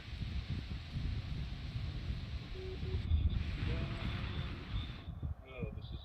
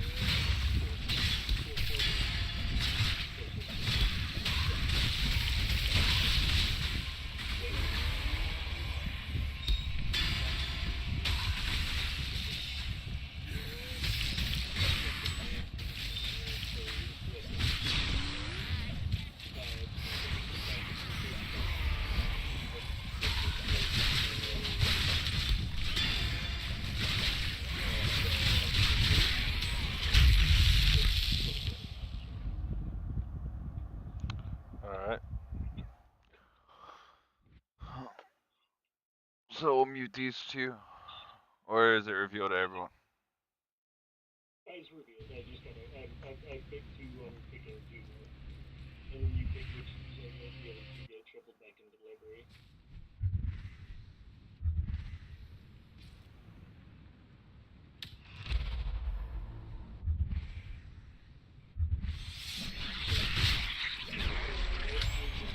Never Winter Hydra, Ashaya,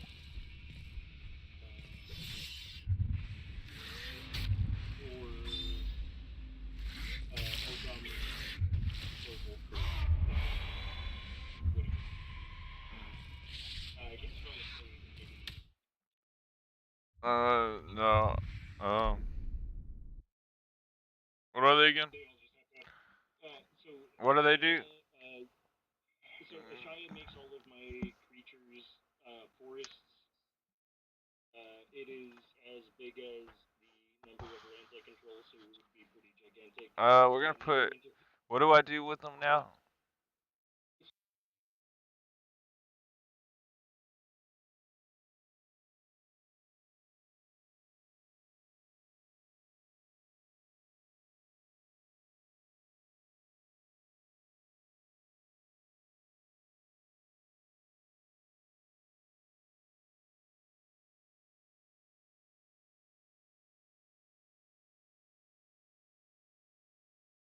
Sorry, my fucking headset died. So what do I do with them again? Hold on, I'll read it. Search the library. So I get you choose which two of these I get to keep, and the other two get shuffled back into the library. An opponent chooses two of those cards. Shuffle the chosen cards into your library and put the rest to your hand.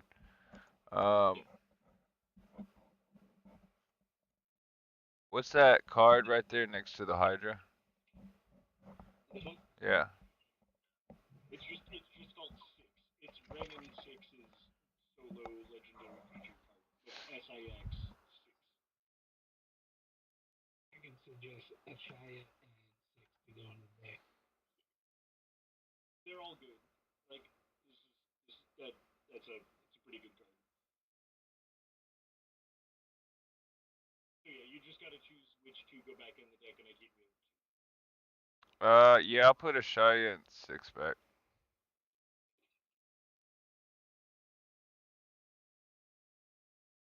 Somebody just flushed the toilet? Yeah. Sounds like it. Alright, okay, so those two go back to my hand. So that's an active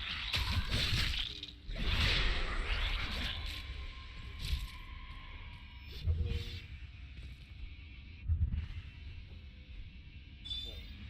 Okay.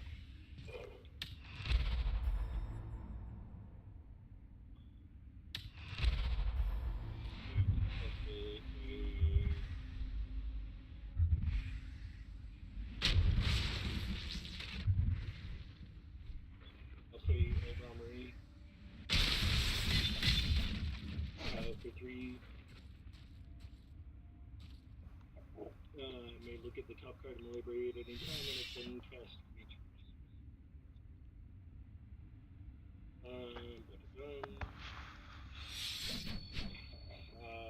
gonna test to put a counter onto Old Armory.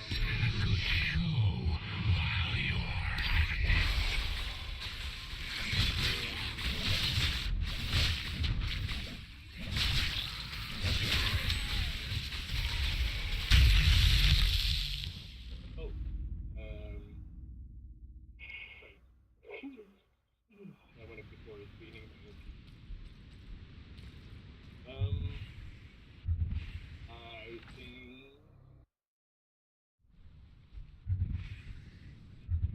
think I'll swing. I think you, the bitch. And Nadia.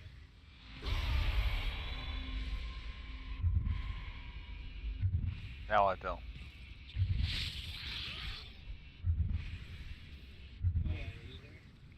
It's a 7/7. Can you hear Nate? Yeah. Sorry. Yeah, 7/7. It's flying? Nope. It does have trample. 7/7 with trample.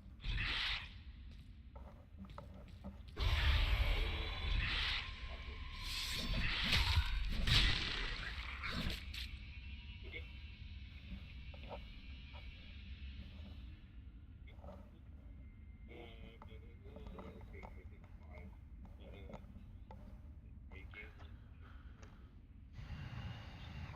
So much more.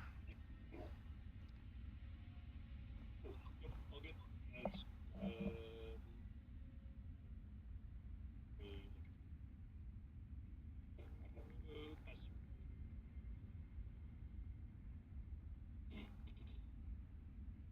Alright, sorry I sent a text. Untap upkeep draw.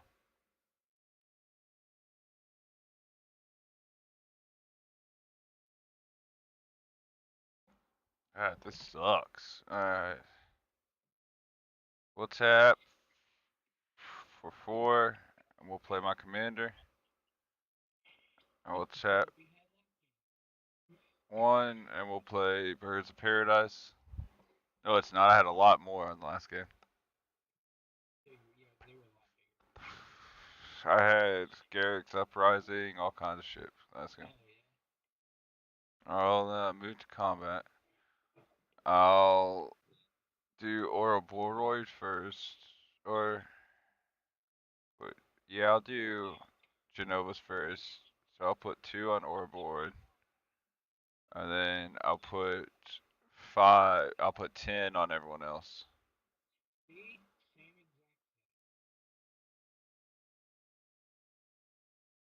What are we doing?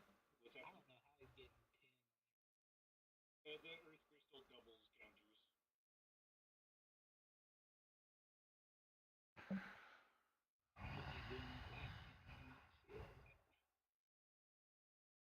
You weren't paying attention. Yep.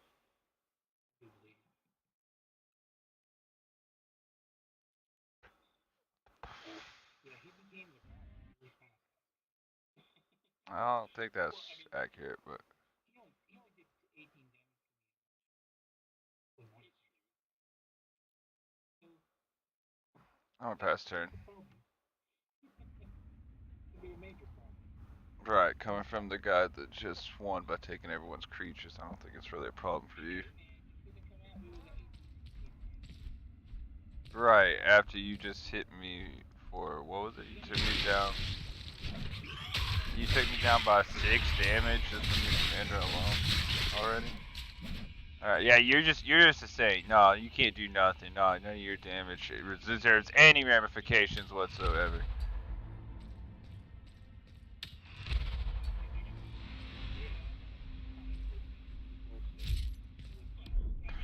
Alright, brother.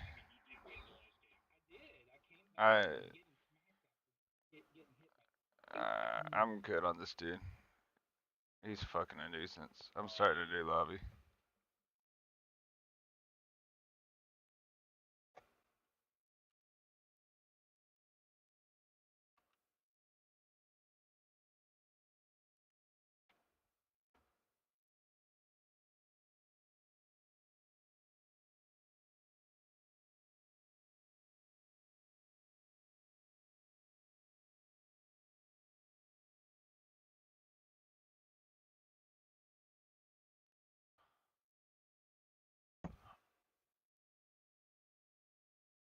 Oh my god, dude, don't be that guy, brother.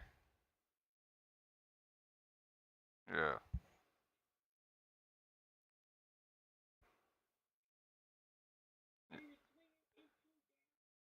Yeah, bro, and dude, he literally won the last game by taking everyone's creatures in one turn and just fucking swinging all out at him. Like, and he had literally been on top of the game the entire time, bro, acting like he wasn't the fucking threat the whole time. It's ridiculous, bro. I hate people like that. So toxic.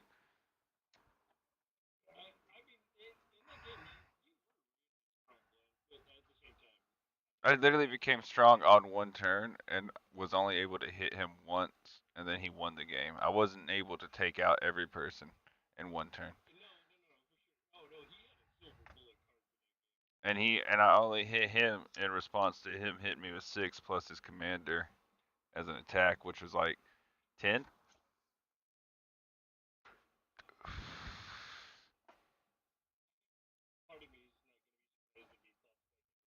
He did.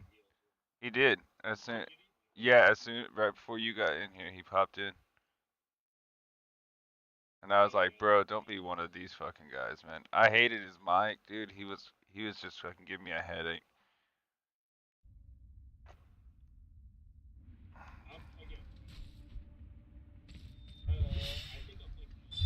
And he just wanted to keep talking shit, and I'm like, Jesus, dude.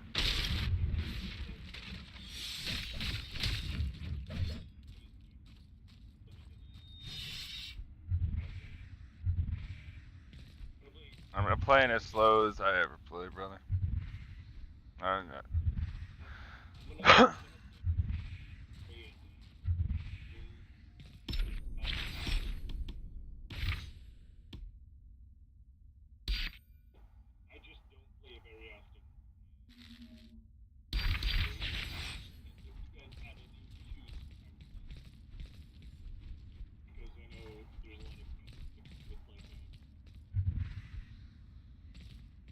I try not to have that mindset.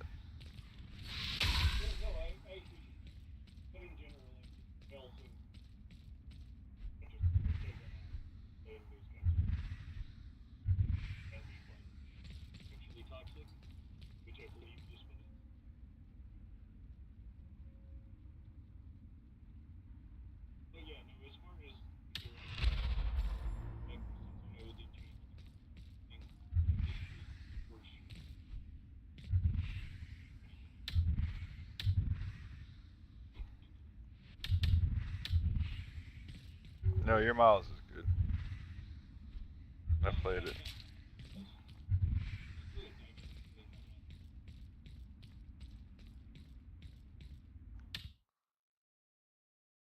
What's up, Moose?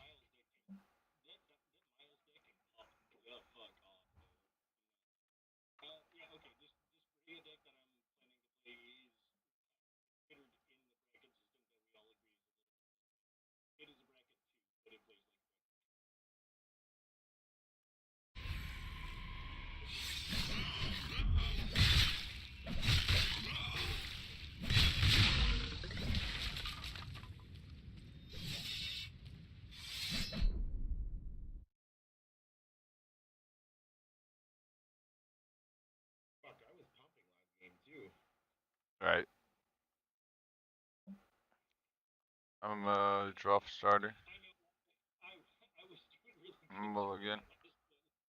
I was doing fucking well. I was getting fucking two past token destruction once you beginning of your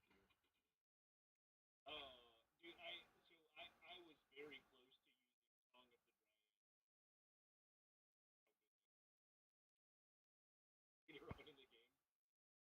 later on in the game. If you have 10 mana to, or 10 life to spend, rather, and in a late game deck like that, that card was still fun. Oh yeah, like just the fact that I had started this week, that means every game to one of you guys was beginning. Oh yeah, dude. Oh yeah, no. Wait, were you making two of them at the same time? Two of them every single time it goes to somebody's beginning of the. I think I'm gonna keep this one.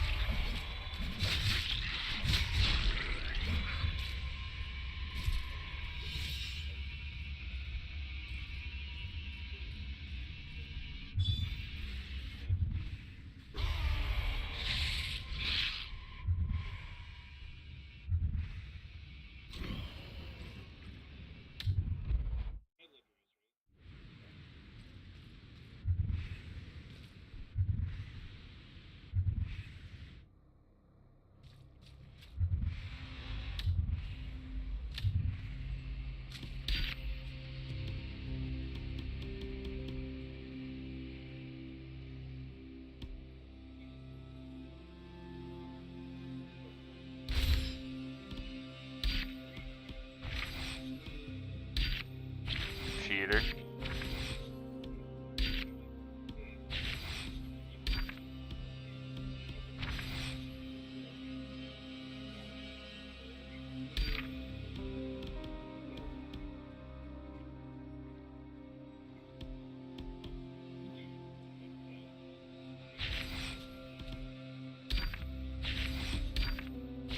Yeah, I'm ready.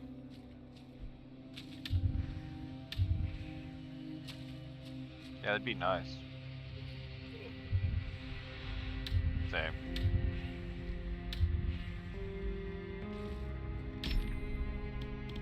Just don't do it on camera, please.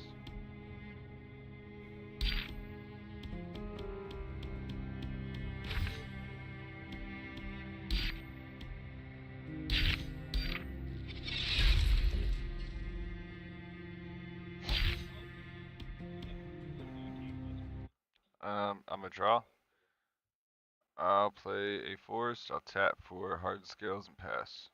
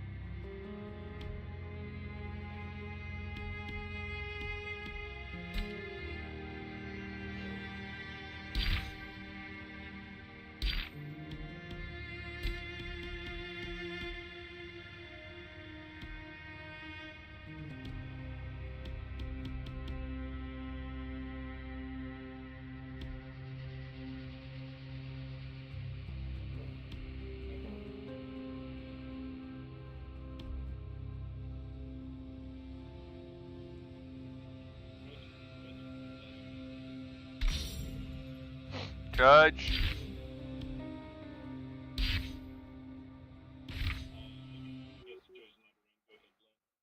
So what did he do? He played a land after passing his turn. I played an artifact because they realized that I already controlled the swamp or forest. So you cheated.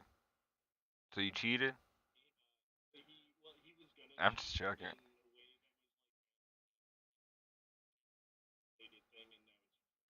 Alright, I'm a pass. I'm gonna play Jadar and pass.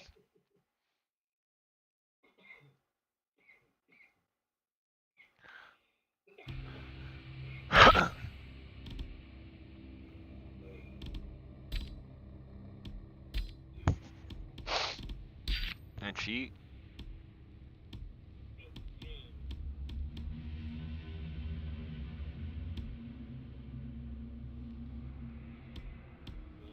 And cheat?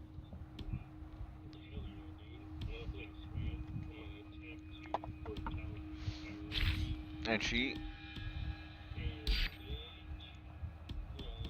I knew it. I fucking knew it, dude. You fucking cheater. You fucking disgust me, dude. I don't ever want to see you in this town ever again.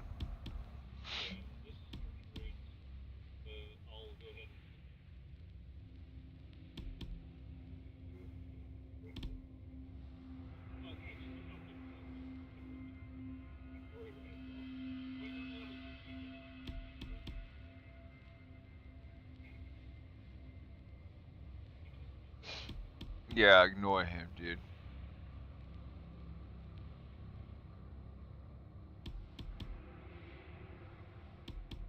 Is that me?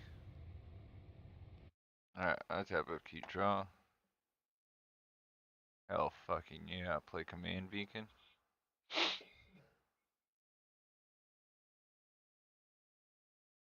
Tap 2, and I'm gonna go Spear Grid. I'm gonna swing 1-1 and a 2-2. The 1's gonna go at George, and the 2 is gonna go at Nades. The 2 will sacrifice. George will gain 2 +1/+1 counters. Or Jadar, I mean. And then I'll move to end step and I'll create another zombie and pass.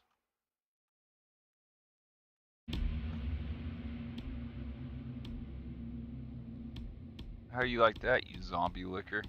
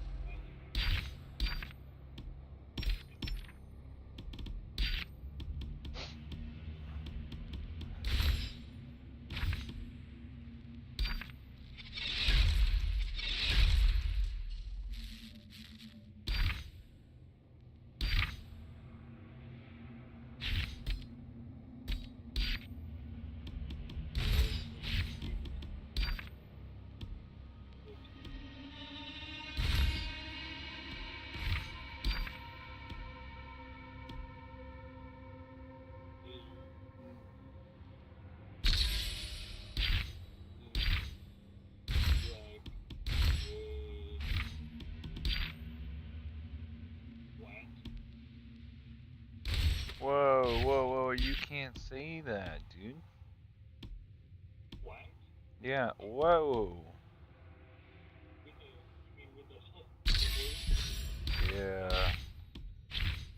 I'll just say You're gonna get canceled, brother. dude, hell yeah.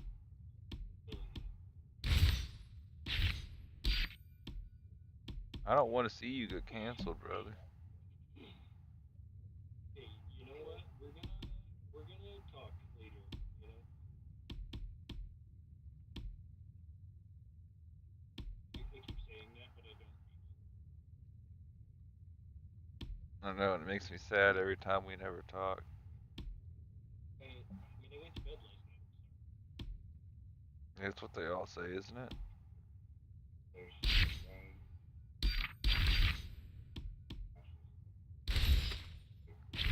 Passion over Zimbalits?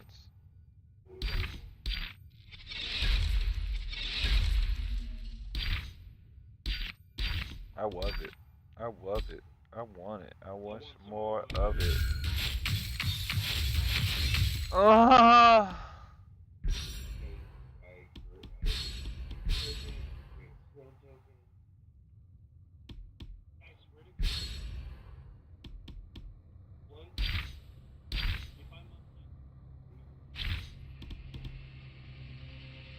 Okay.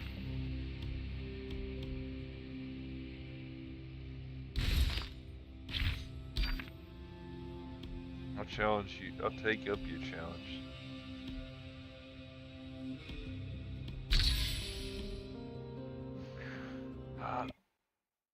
Is it my turn?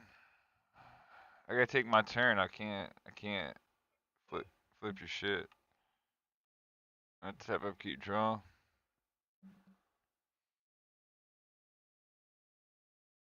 Really? Really? That's no land? Okay. Guess that's cool.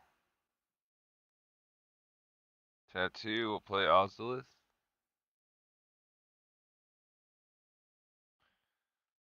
We'll need to combat, cause otherwise I'm just fucked. We'll swing a 3/3 down at moves, and we'll swing a 2/2 over at nades.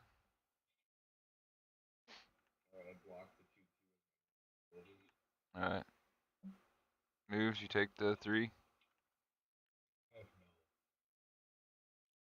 Alright, he will gain 3 +1/+1 counters.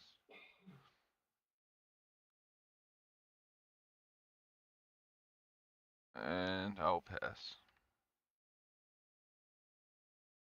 And I got a new zombie.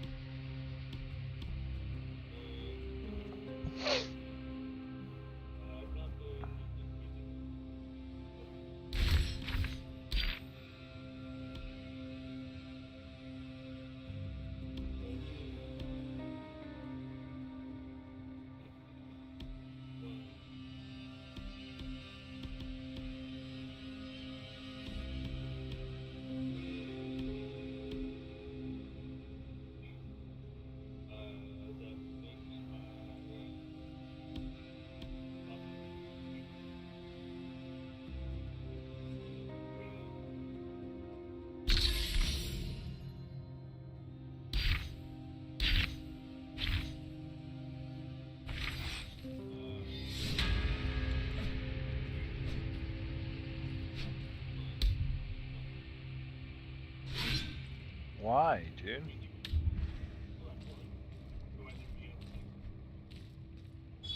Why do you hate me?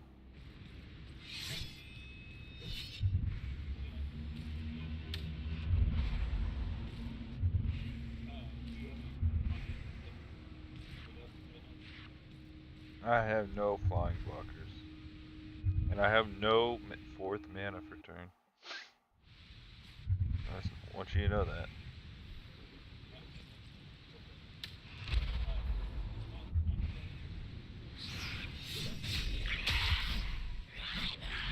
Snake, why'd you call him Nadia?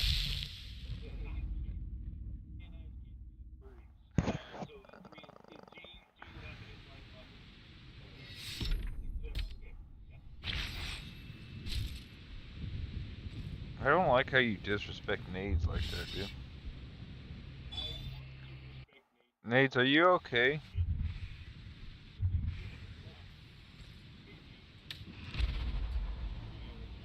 Nades, are you okay? I don't care what he says. I want to know if you're okay.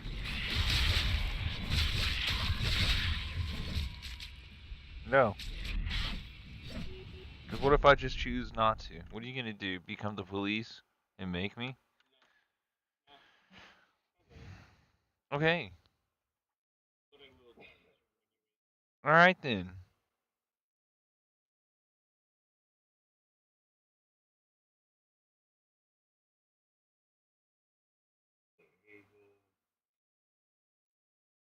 Okay. Alright.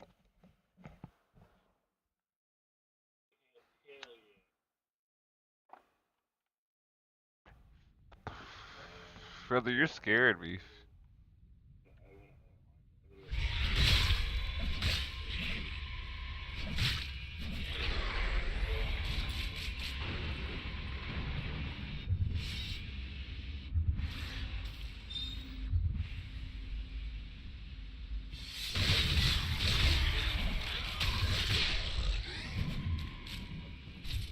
What? What the fuck? Why?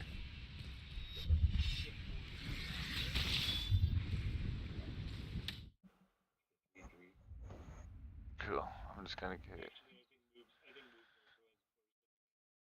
I'm just gonna get.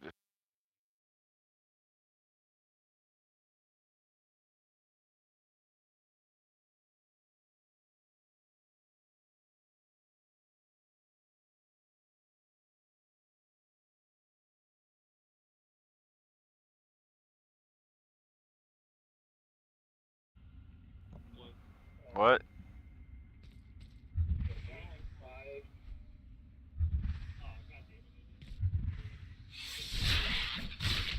No, you can play a land not on your turn.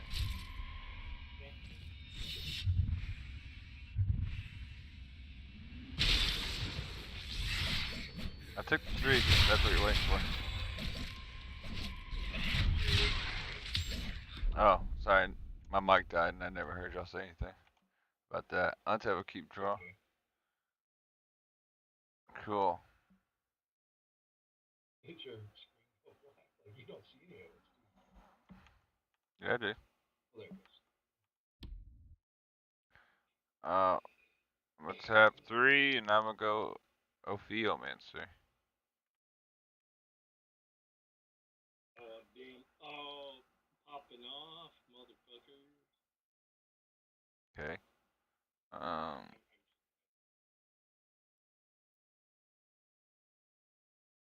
Pass turn and make a snake token on your upkeep. Alright. And I'll tap 5 for Tender Shoot Dryad. Although we'll see I'm gonna make a copy. So I only have 7 permanents, and then I will go ahead and tap. I want to give you a city's blessing of a con. Yeah, but before that happens, on your end, Steph, need unit. I have 3 1/1s. I have a 6/6 example. I need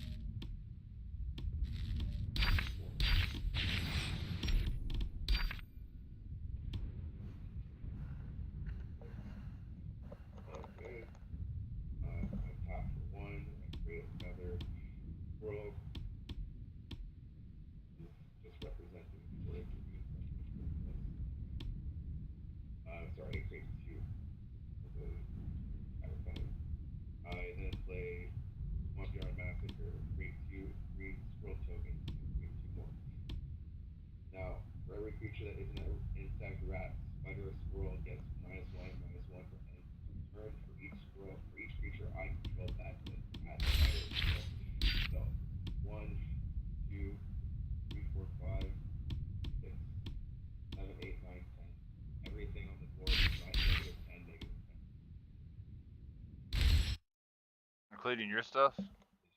No, because my things are all scrolls.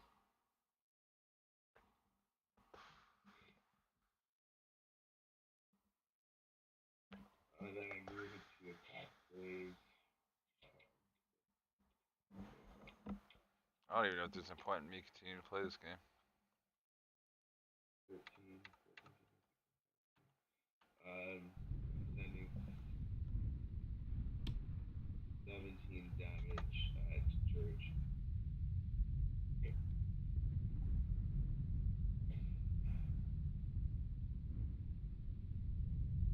Alright, I'm stepping away for a second. I gotta go to the bathroom, but I'll be right back in a minute, so feel free to attack me.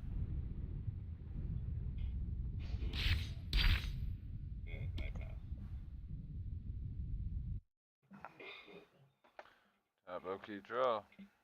Cool. Play a land. Tap 4.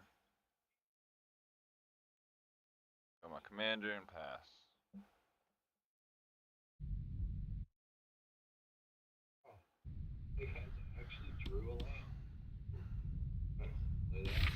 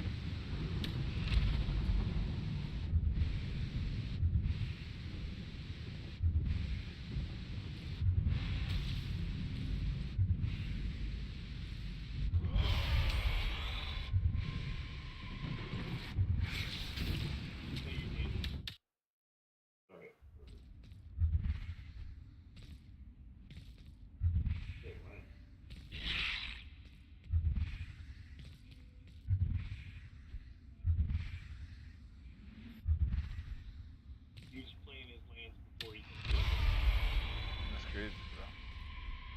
How do you even do that?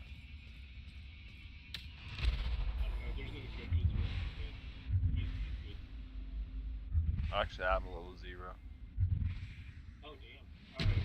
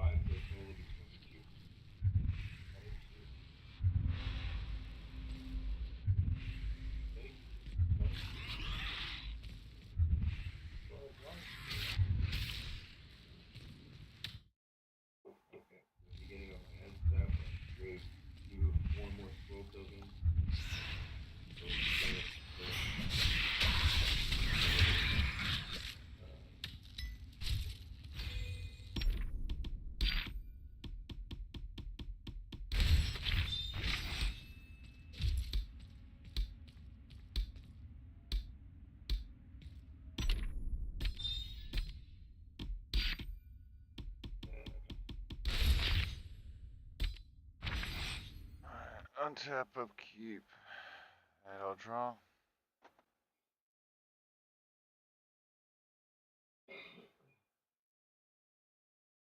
Play 2, go Soulstone.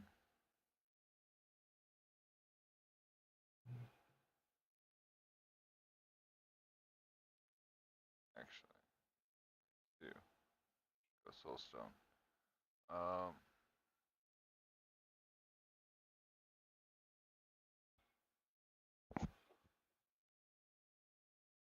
Tap for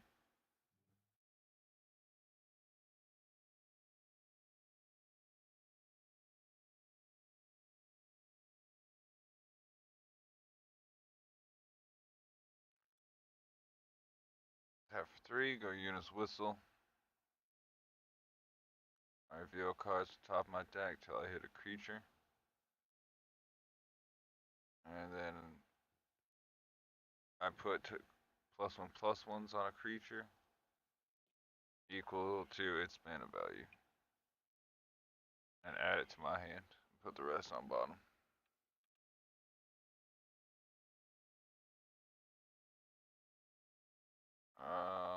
So she'll get 6 total.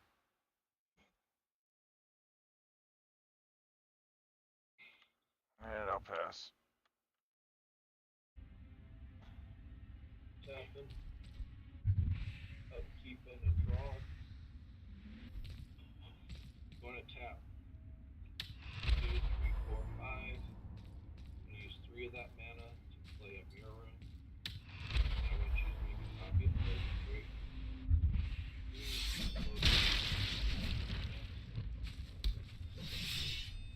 And then I'm going to tap 1, 2, 3, 4, 5. Play right around. One floating.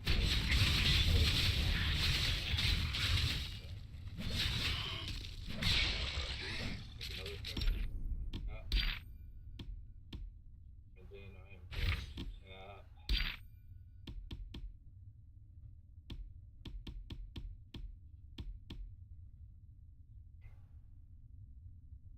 States. Do you have any enchantments out? Just your master. Yeah. And how many creature tokens do you have at this point? I have 12 creature tokens. I also have an 8/8, 4/6. These are your weapon markers. You got a lot of crap out. You got Hazel out, that all goes tap for mana, right? Yeah. I need a board wipe deal with him. I don't have a board wipe. You have something here, the Bastion Remembrance.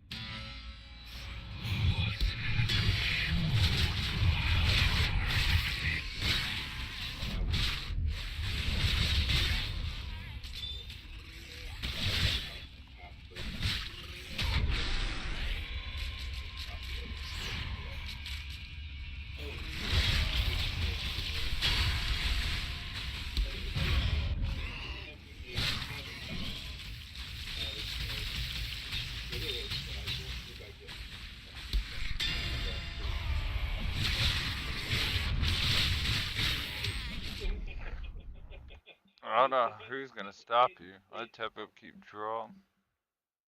In general, that'll end the game if he gets his next turn.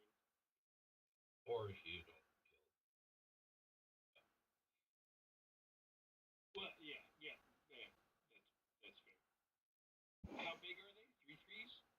They're 3/3s. I really don't have a lot of power out on the board. Like 3/3s, my biggest power. That's fair. I mean, it still can do a lot. I'll go. It's my turn. Sorry. Oh, is it your turn? Sorry. I thought it was my turn. You're good. I just realized myself. Sorry for that. Gonna play a prairie stream that comes in untapped because I have 2 or more basics.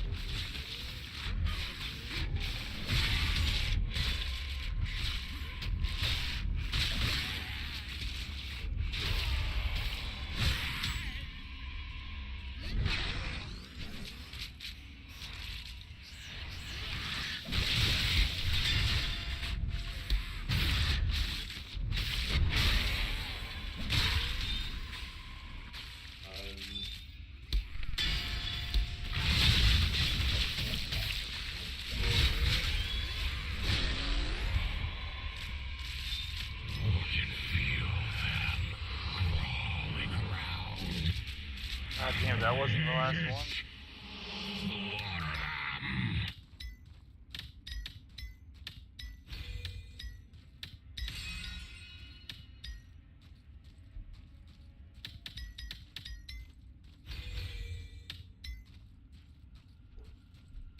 Back another 2 squirrels.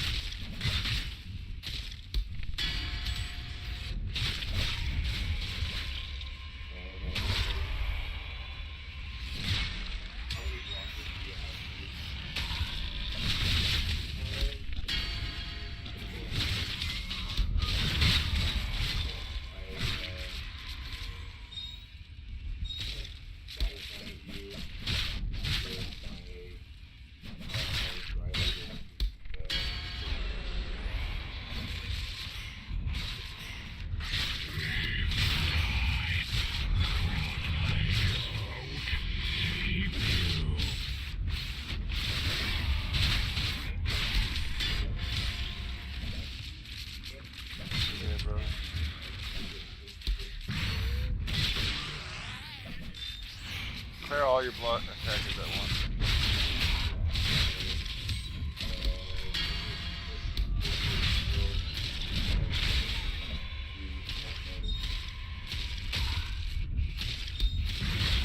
Six what?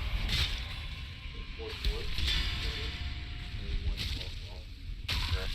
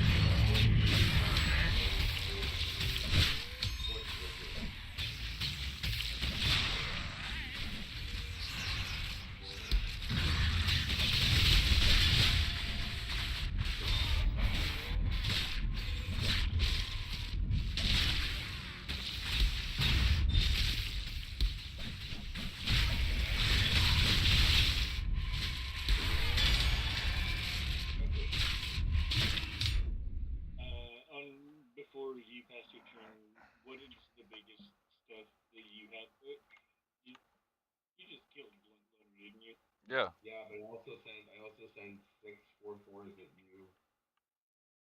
GG's. I thought you sent 644s over at Blunt Lund. Yeah, I did. Sorry. Did you send me? Yeah. No.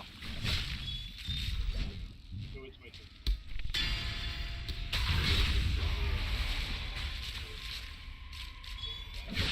I can block one, so I mean, I blocked this 6-6. That means you don't die. Yeah, I blocked the 6-6. Oh, leave me what? Or what?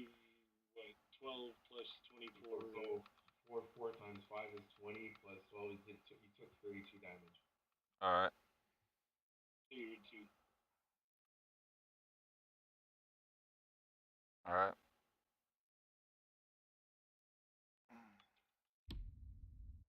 And it is your turn. I'm just gonna leave it there. We all know I'm at 2.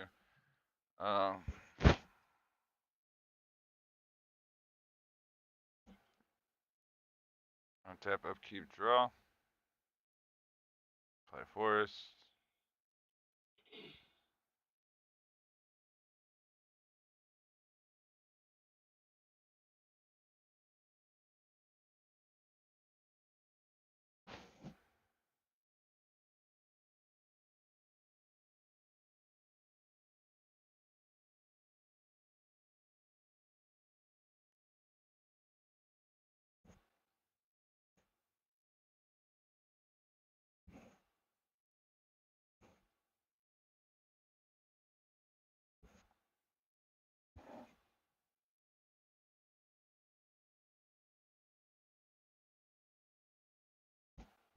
Yeah, I'm just gonna scoop because I really got nothing to do.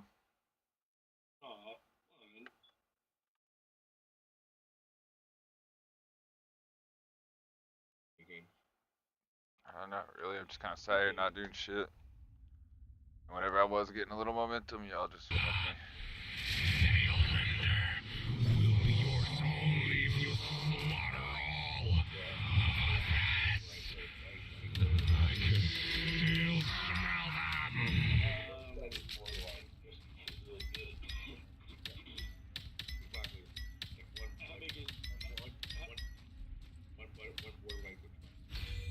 How big is Shatterfang? Shatterfang is right now at 6.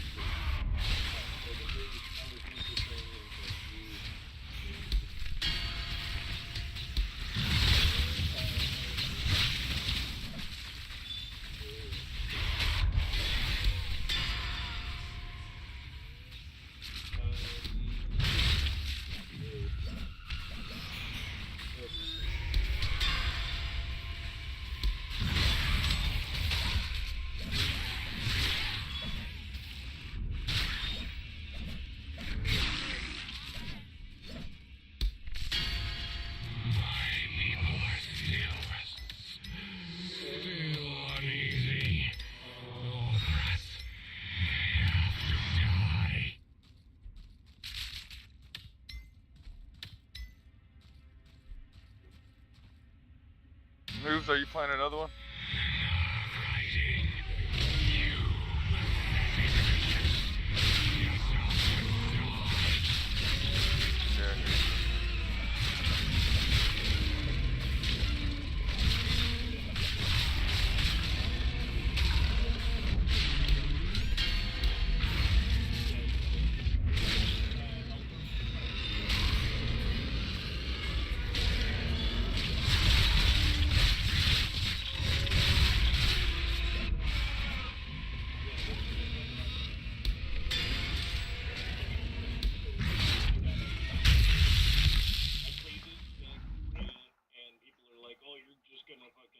Combo up, and I'm like, I'm not.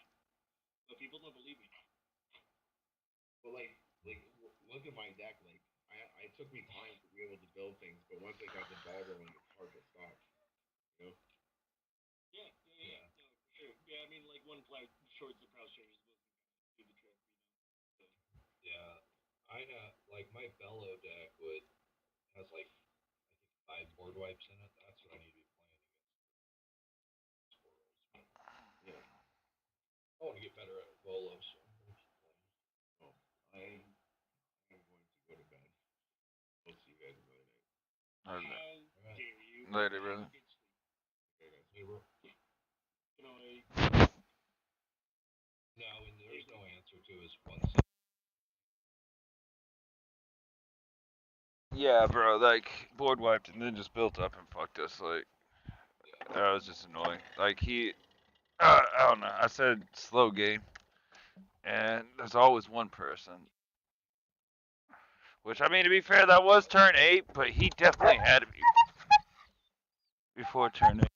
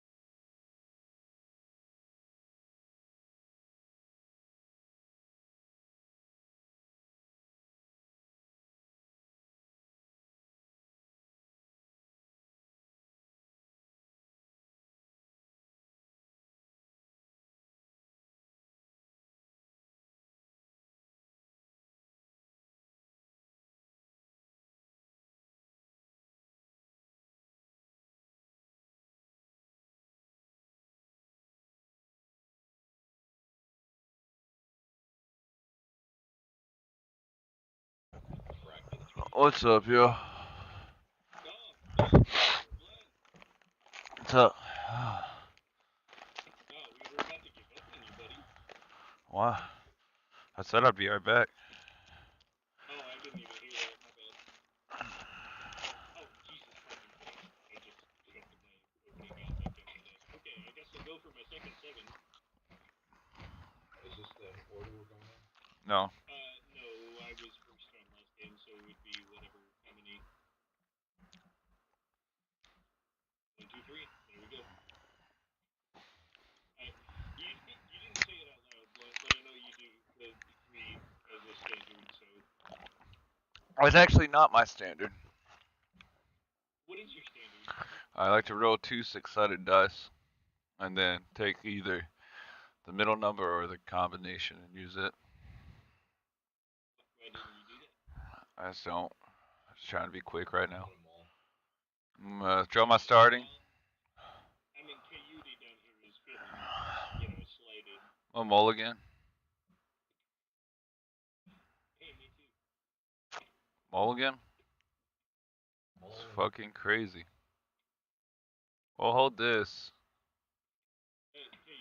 Down to 6. That was for sure literally not on purpose. He just got the real roll. He does. He does.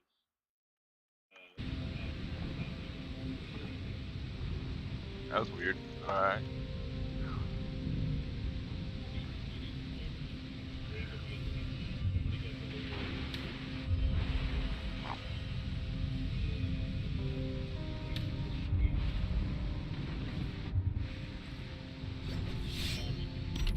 Yep, I'm keeping.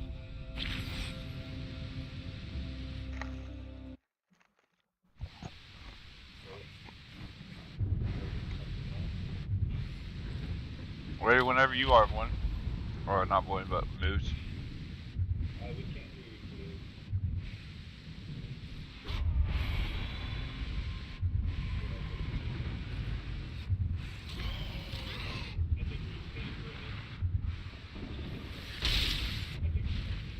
Hey, we have the same mouse. You do have the same mouse. Yeah.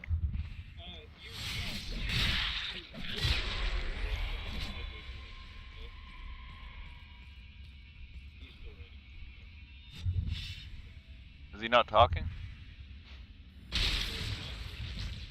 Hold on. Refresh it. We can see your video, we can't hear you. Oh, yeah, no. He just, reload. Reload. Yeah, press refresh. Yeah, you got it.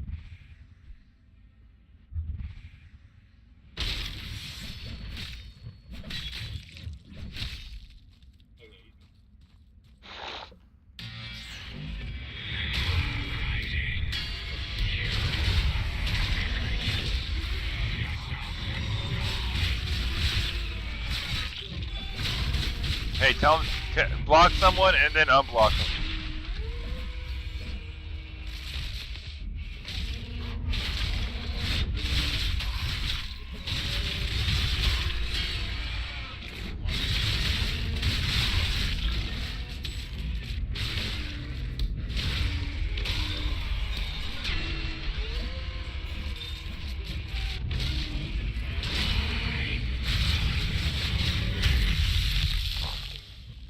Yeah, that must be something with his hardware then.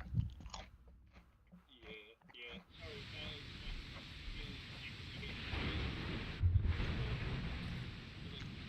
what'd you say?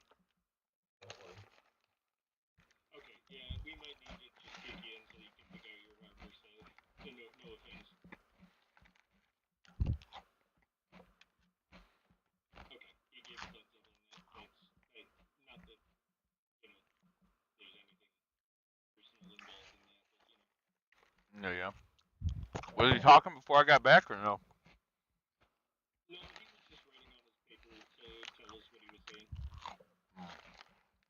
And he said no worries, so he understood.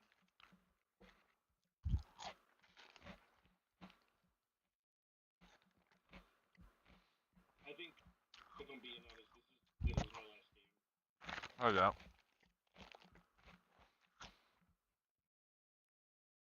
That dude needs to make a lobby himself and just say that he has no mic in it.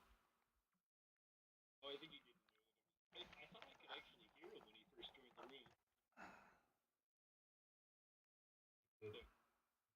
Sometimes if you close the browser and start back up. Whatever.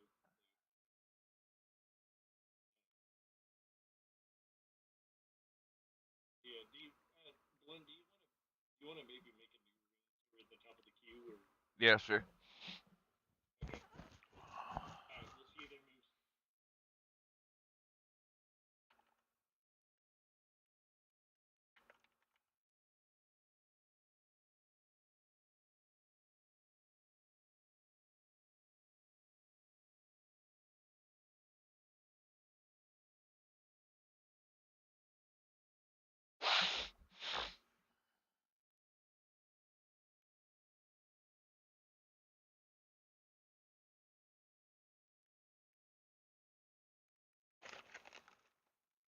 Alright, bro. I'm actually probably gonna call it right here.